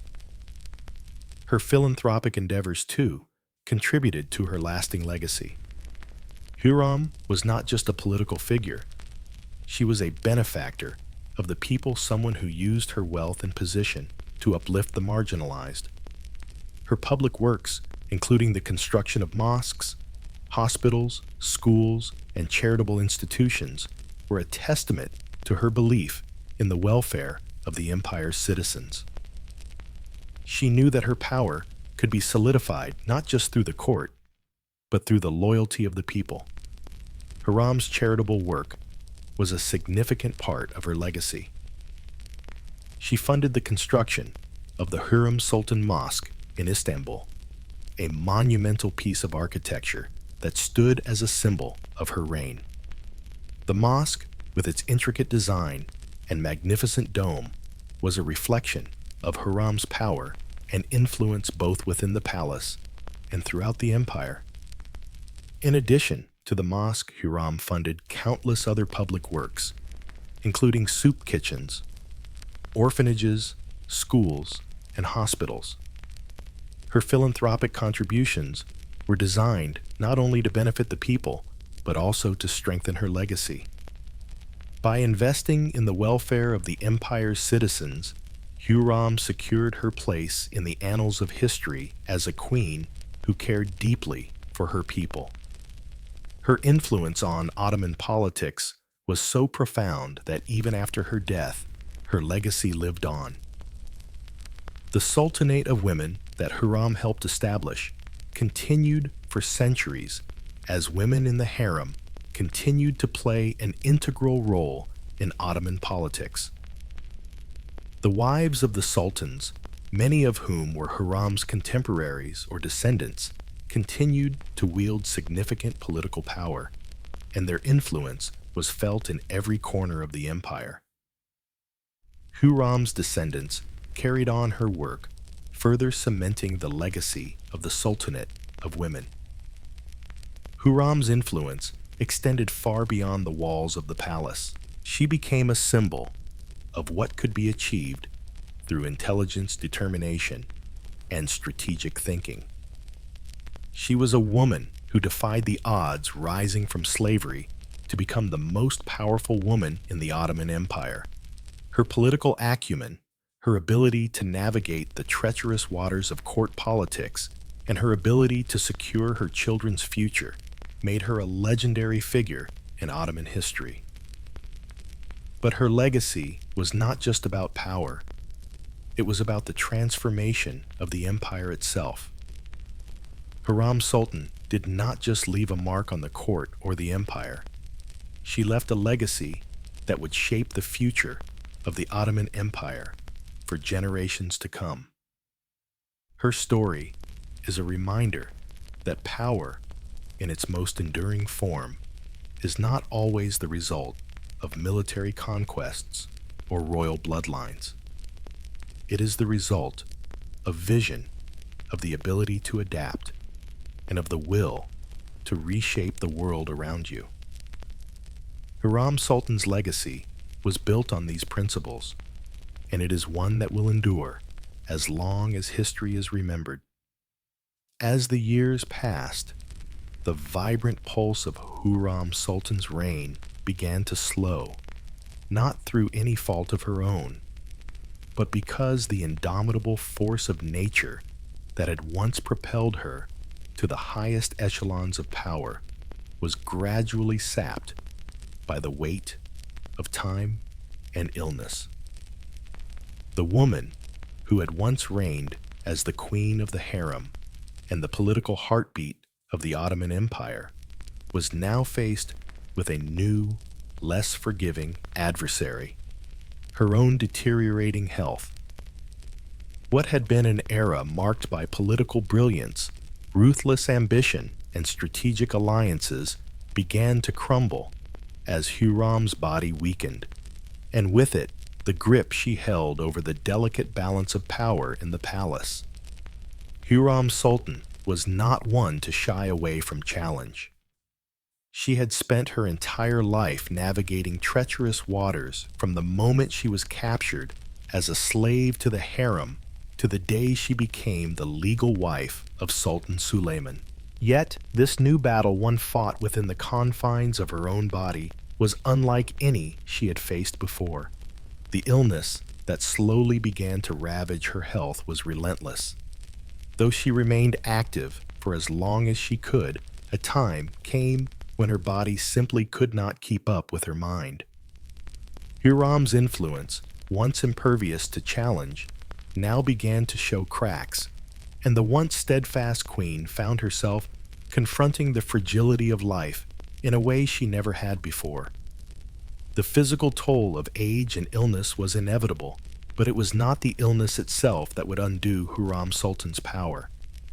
Rather, it was the undercurrents of palace intrigue, the ambition of her sons, and the simmering rivalries among the members of the court that began to chip away at the foundation Huram had built so carefully over the years. The palace, once an arena where Huram had ruled with unmatched authority, became a space of shifting loyalties, power struggles, and subtle betrayals. Her sons, once the objects of her protection and care, were now emerging as rivals for control of the empire. The death of Sultan Suleiman in 1566 marked a turning point for Huram. Although her position as queen consort had once seemed unassailable, the loss of her husband, the man who had stood by her side through the height of her power, left a profound vacuum in the palace. Sultan Suleiman's death brought with it a series of uncertain transitions, not just for the empire, but for Huram herself. Now, her sons would take center stage, and Huram's ability to wield influence from the shadows would be tested as never before. The competition for power among her sons became more pronounced after Suleiman's death. Selim, the eldest surviving son, had long been the chosen heir, yet his path to the throne was far from secure. There were factions within the court that favored other sons, most notably Bayezid, who was popular among the military and the janissaries. Despite Huram's strategic planning and the years she had spent securing the future of her children, the emergence of competing power centers within the palace made it clear that the Ottoman succession would never be a straightforward affair. The sons raised under the watchful eyes of Huram now found themselves locked in a battle for supremacy, that would define the future of the empire. As Huram's health declined, so too did her ability to influence the direction of the power struggle. The palace, once a space where Huram's voice was always heard, now became a cacophony of competing interests. Her rivals both inside and outside the palace sensed her vulnerability. Mahidevran, the mother of Mustafa Suleiman's eldest son, had long been Huram's bitter rival. And with the weakening of Huram's influence, Mahidevran saw an opportunity to regain the upper hand for her own son. Mustafa's supporters, who had once been silenced by Huram's power, now found themselves emboldened, seeking to reassert Mustafa's claim to the throne in the wake of Suleiman's death. The rivalry between Huram and Mahidevran had in many ways defined the politics of the harem for years. It was a rivalry that began long before Huram's marriage to Sultan Suleiman, but with Suleiman's death, it took on new urgency. Mahidevran's faction, which had once been marginalized, now had a real chance to reclaim the power they had lost after Mustafa's death. Huram, once so adept at weaving complex political webs, now found herself facing a direct threat to her family's future. But Huram's decline did not just stem from external forces. Her own children, whom she had carefully groomed for power, now stood at odds with each other, each seeking to solidify their own position. Selim, once her most trusted son, became increasingly distant, consumed by his own ambition and the mounting pressure of the throne. Huram had always known the dangers of sibling rivalry in the Ottoman imperial system. But to see her own sons caught in such a conflict was a blow she could not have anticipated. In her final years, Huram had to watch as her legacy, carefully built over decades, was slowly eroded by the very people she had worked so tirelessly to protect. Despite the challenges Huram faced as her health deteriorated, she was far from powerless. Her mind remained sharp, and her influence, though diminished, continued to resonate throughout the palace. Huram may have been physically weakened, but her presence still loomed large. Her political maneuvering, though less visible, continued to shape the decisions made in the Sultan's court. She had spent decades building relationships with key figures in the empire, and many of these allies remained loyal to her despite the shifting tides of power. Huram's ability to work behind the scenes, even in her failing health, ensured that she was not forgotten, even if she could no longer command the room as she once had. Her philanthropic efforts, too, continued to provide her with a foundation of support. Huram had long been admired for her charitable works, and her continued generosity toward the empire's citizens ensured that her legacy as a benefactor of the people remained intact. Her public works, funded by her vast wealth, continued to benefit the people of the empire long after her power within the palace began to wane. Huram's legacy was not built on military victories or political titles, but on the lasting impact of her charitable contributions to the empire. Even in her final years, Huram remained a figure of intrigue and fascination. Her ability to maintain control over palace politics, despite her declining health, was a testament to her strength and political acumen. Huram had spent years cultivating a reputation as a queen of unparalleled influence, and even in the face of her own mortality, she retained the respect of those around her. Her power may have ebbed with age and illness, but it had never entirely dissipated. Her death would mark the end of an era in Ottoman history, but the ripples of her influence would continue to be felt long after her passing. Huram Sultan's decline was not a sudden fall from grace. It was a gradual fading, a softening of the edges of a once mighty figure who had reshaped the very foundations of the Ottoman Empire. Her power, once absolute, became more diffuse, carried forward by the children she had so carefully molded and the network of alliances she had so skillfully constructed. But the challenges she faced, both internal and external, serve as a reminder that power, even at its peak, is fleeting. No one is immune to the passage of time, and even the most formidable of rulers must eventually contend with their own decline. In her final years, Huram Sultan remained a symbol of resilience, a woman who had defied the odds time and again. Her enduring influence, even in the face of illness and internal palace strife, is a testament to the strength of her legacy.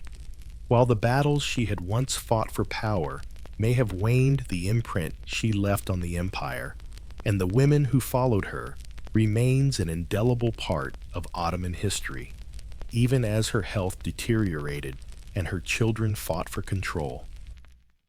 Huram Sultan's spirit endured forever, shaping the destiny of the empire she had once ruled with such brilliance. Huram Sultan's story is one of unparalleled transformation, a tale of a woman who defied the odds to shape the course of an empire.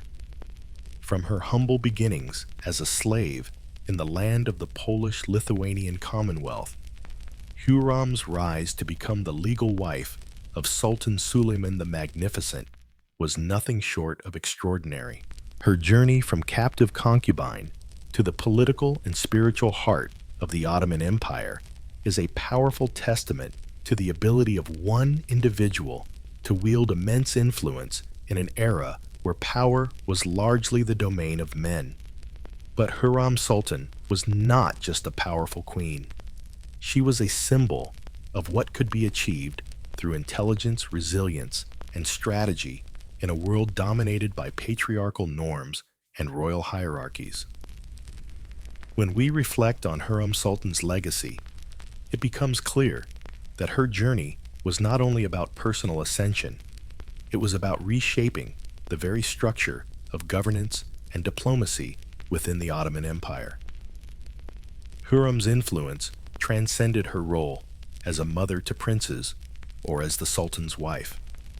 Her actions and decisions fundamentally altered the power dynamics of the imperial court and beyond. Through her ability to adapt to the complex web of palace politics, her strategic alliances, and her shrewd diplomacy, Huram secured a place for women in the highest echelons of power, a place that had never before existed in such a tangible and enduring form. The most significant aspect of Huram Sultan's legacy lies in her transformation of the role of women in the Ottoman Empire, especially within the confines of the imperial harem. Before, her women in the Ottoman court were confined to the private sphere, their political power circumscribed by tradition and gendered expectations. The women of the harem were regarded primarily for their ability to bear children, especially sons who could inherit the throne. Yet Huram changed that narrative completely. As the Sultan's wife, she became a true political force, not just a passive figure in the background.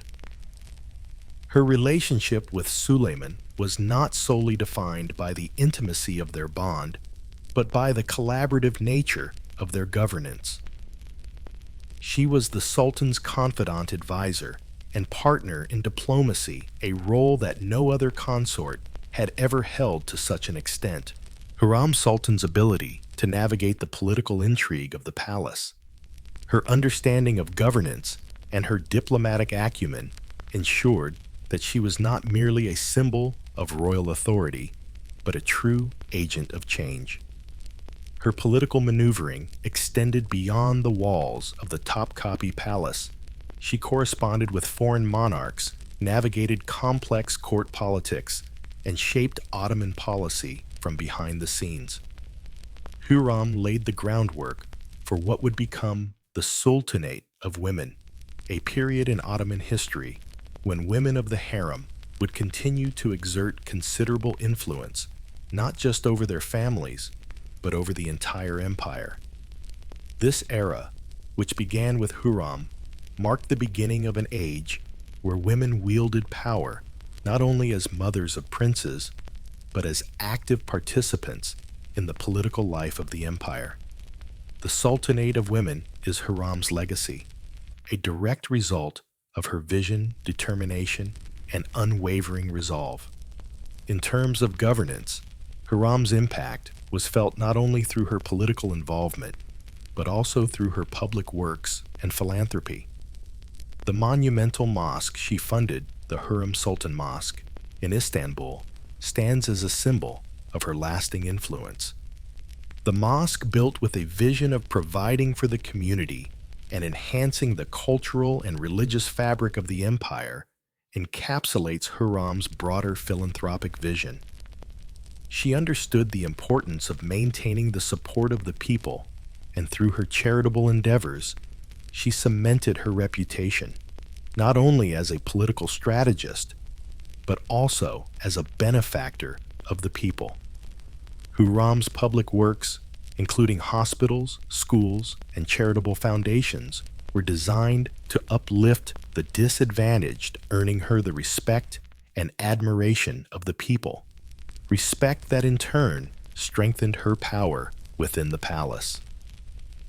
Beyond the physical structures she left behind, Huram's legacy is one of resilience, strategy, and vision. She did not just seek power for power's sake. She sought to build something lasting, something that would outlive her, and continue to shape the course of the empire long after her death. She understood that power was not merely a matter of position, but of influence and legacy. Through her children, her allies, and the systems she helped create, Huram ensured that her impact would resonate for generations to come. Her children, particularly her sons, ascended to power after her, and her influence remained a constant force in their rule. However, it is not just the political structures or physical monuments that stand as evidence of Huram Sultan's influence. It is the very idea of what a woman could achieve in a male-dominated world, a world where even the most powerful women were often relegated to secondary roles or overshadowed by the men who ruled over them. Huram's legacy redefined the potential of women in the Ottoman Empire, and her rise to power became a beacon for future generations of women who sought to follow in her footsteps. She broke down barriers, transcended the limitations of her circumstances, and became a figure whose impact extended beyond the political realm. Huram was not simply a queen. She was a symbol of the transformative power of women in a world where such power was often suppressed or ignored. Her story ultimately is one of triumph and tragedy. Huram's ability to adapt to the ever-changing dynamics of palace politics, her strategic brilliance, and her unyielding determination to secure her family's future made her one of the most formidable figures in Ottoman history. Yet her legacy is also a reminder of the price of power. Huram's health deteriorated over time, and her last years were marked by internal palace struggles and rivalries among her children, many of whom she had worked so hard to protect. The eventual death of Sultan Suleiman and the power struggles that followed would test the limits of Huram's influence. But even in her declining health, her strength of character remained a force to be reckoned with. In the end, Huram Sultan's legacy is one of power strategy and resilience. She was a woman who not only survived but thrived in a world that was not built for her. Her journey from a slave to a queen, from a concubine to a political power broker, and from the wife of a sultan to the mother of future rulers is a testament to her ability to rise above the limitations of her circumstances. Huram's legacy has endured through the centuries, not only through the political systems she helped shape, but through the very idea that a woman, no matter her birth or station, can wield power in a male-dominated world. Her life's work transformed the Ottoman Empire in ways that continue to be felt today.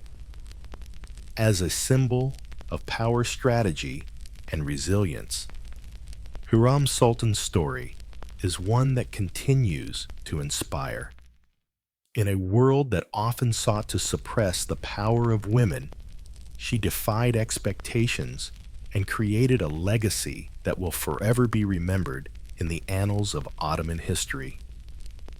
Her life proves that even in the most oppressive of systems, the will to change, to influence, and to lead is a force that cannot be denied. Huram Sultan was not simply a queen consort. She was a queen in every sense of the word, a symbol of the untapped potential of women, and a reminder that true power is not about birthright or status, but about the strength of one's mind, the courage of one's heart, and the ability to rise against all odds.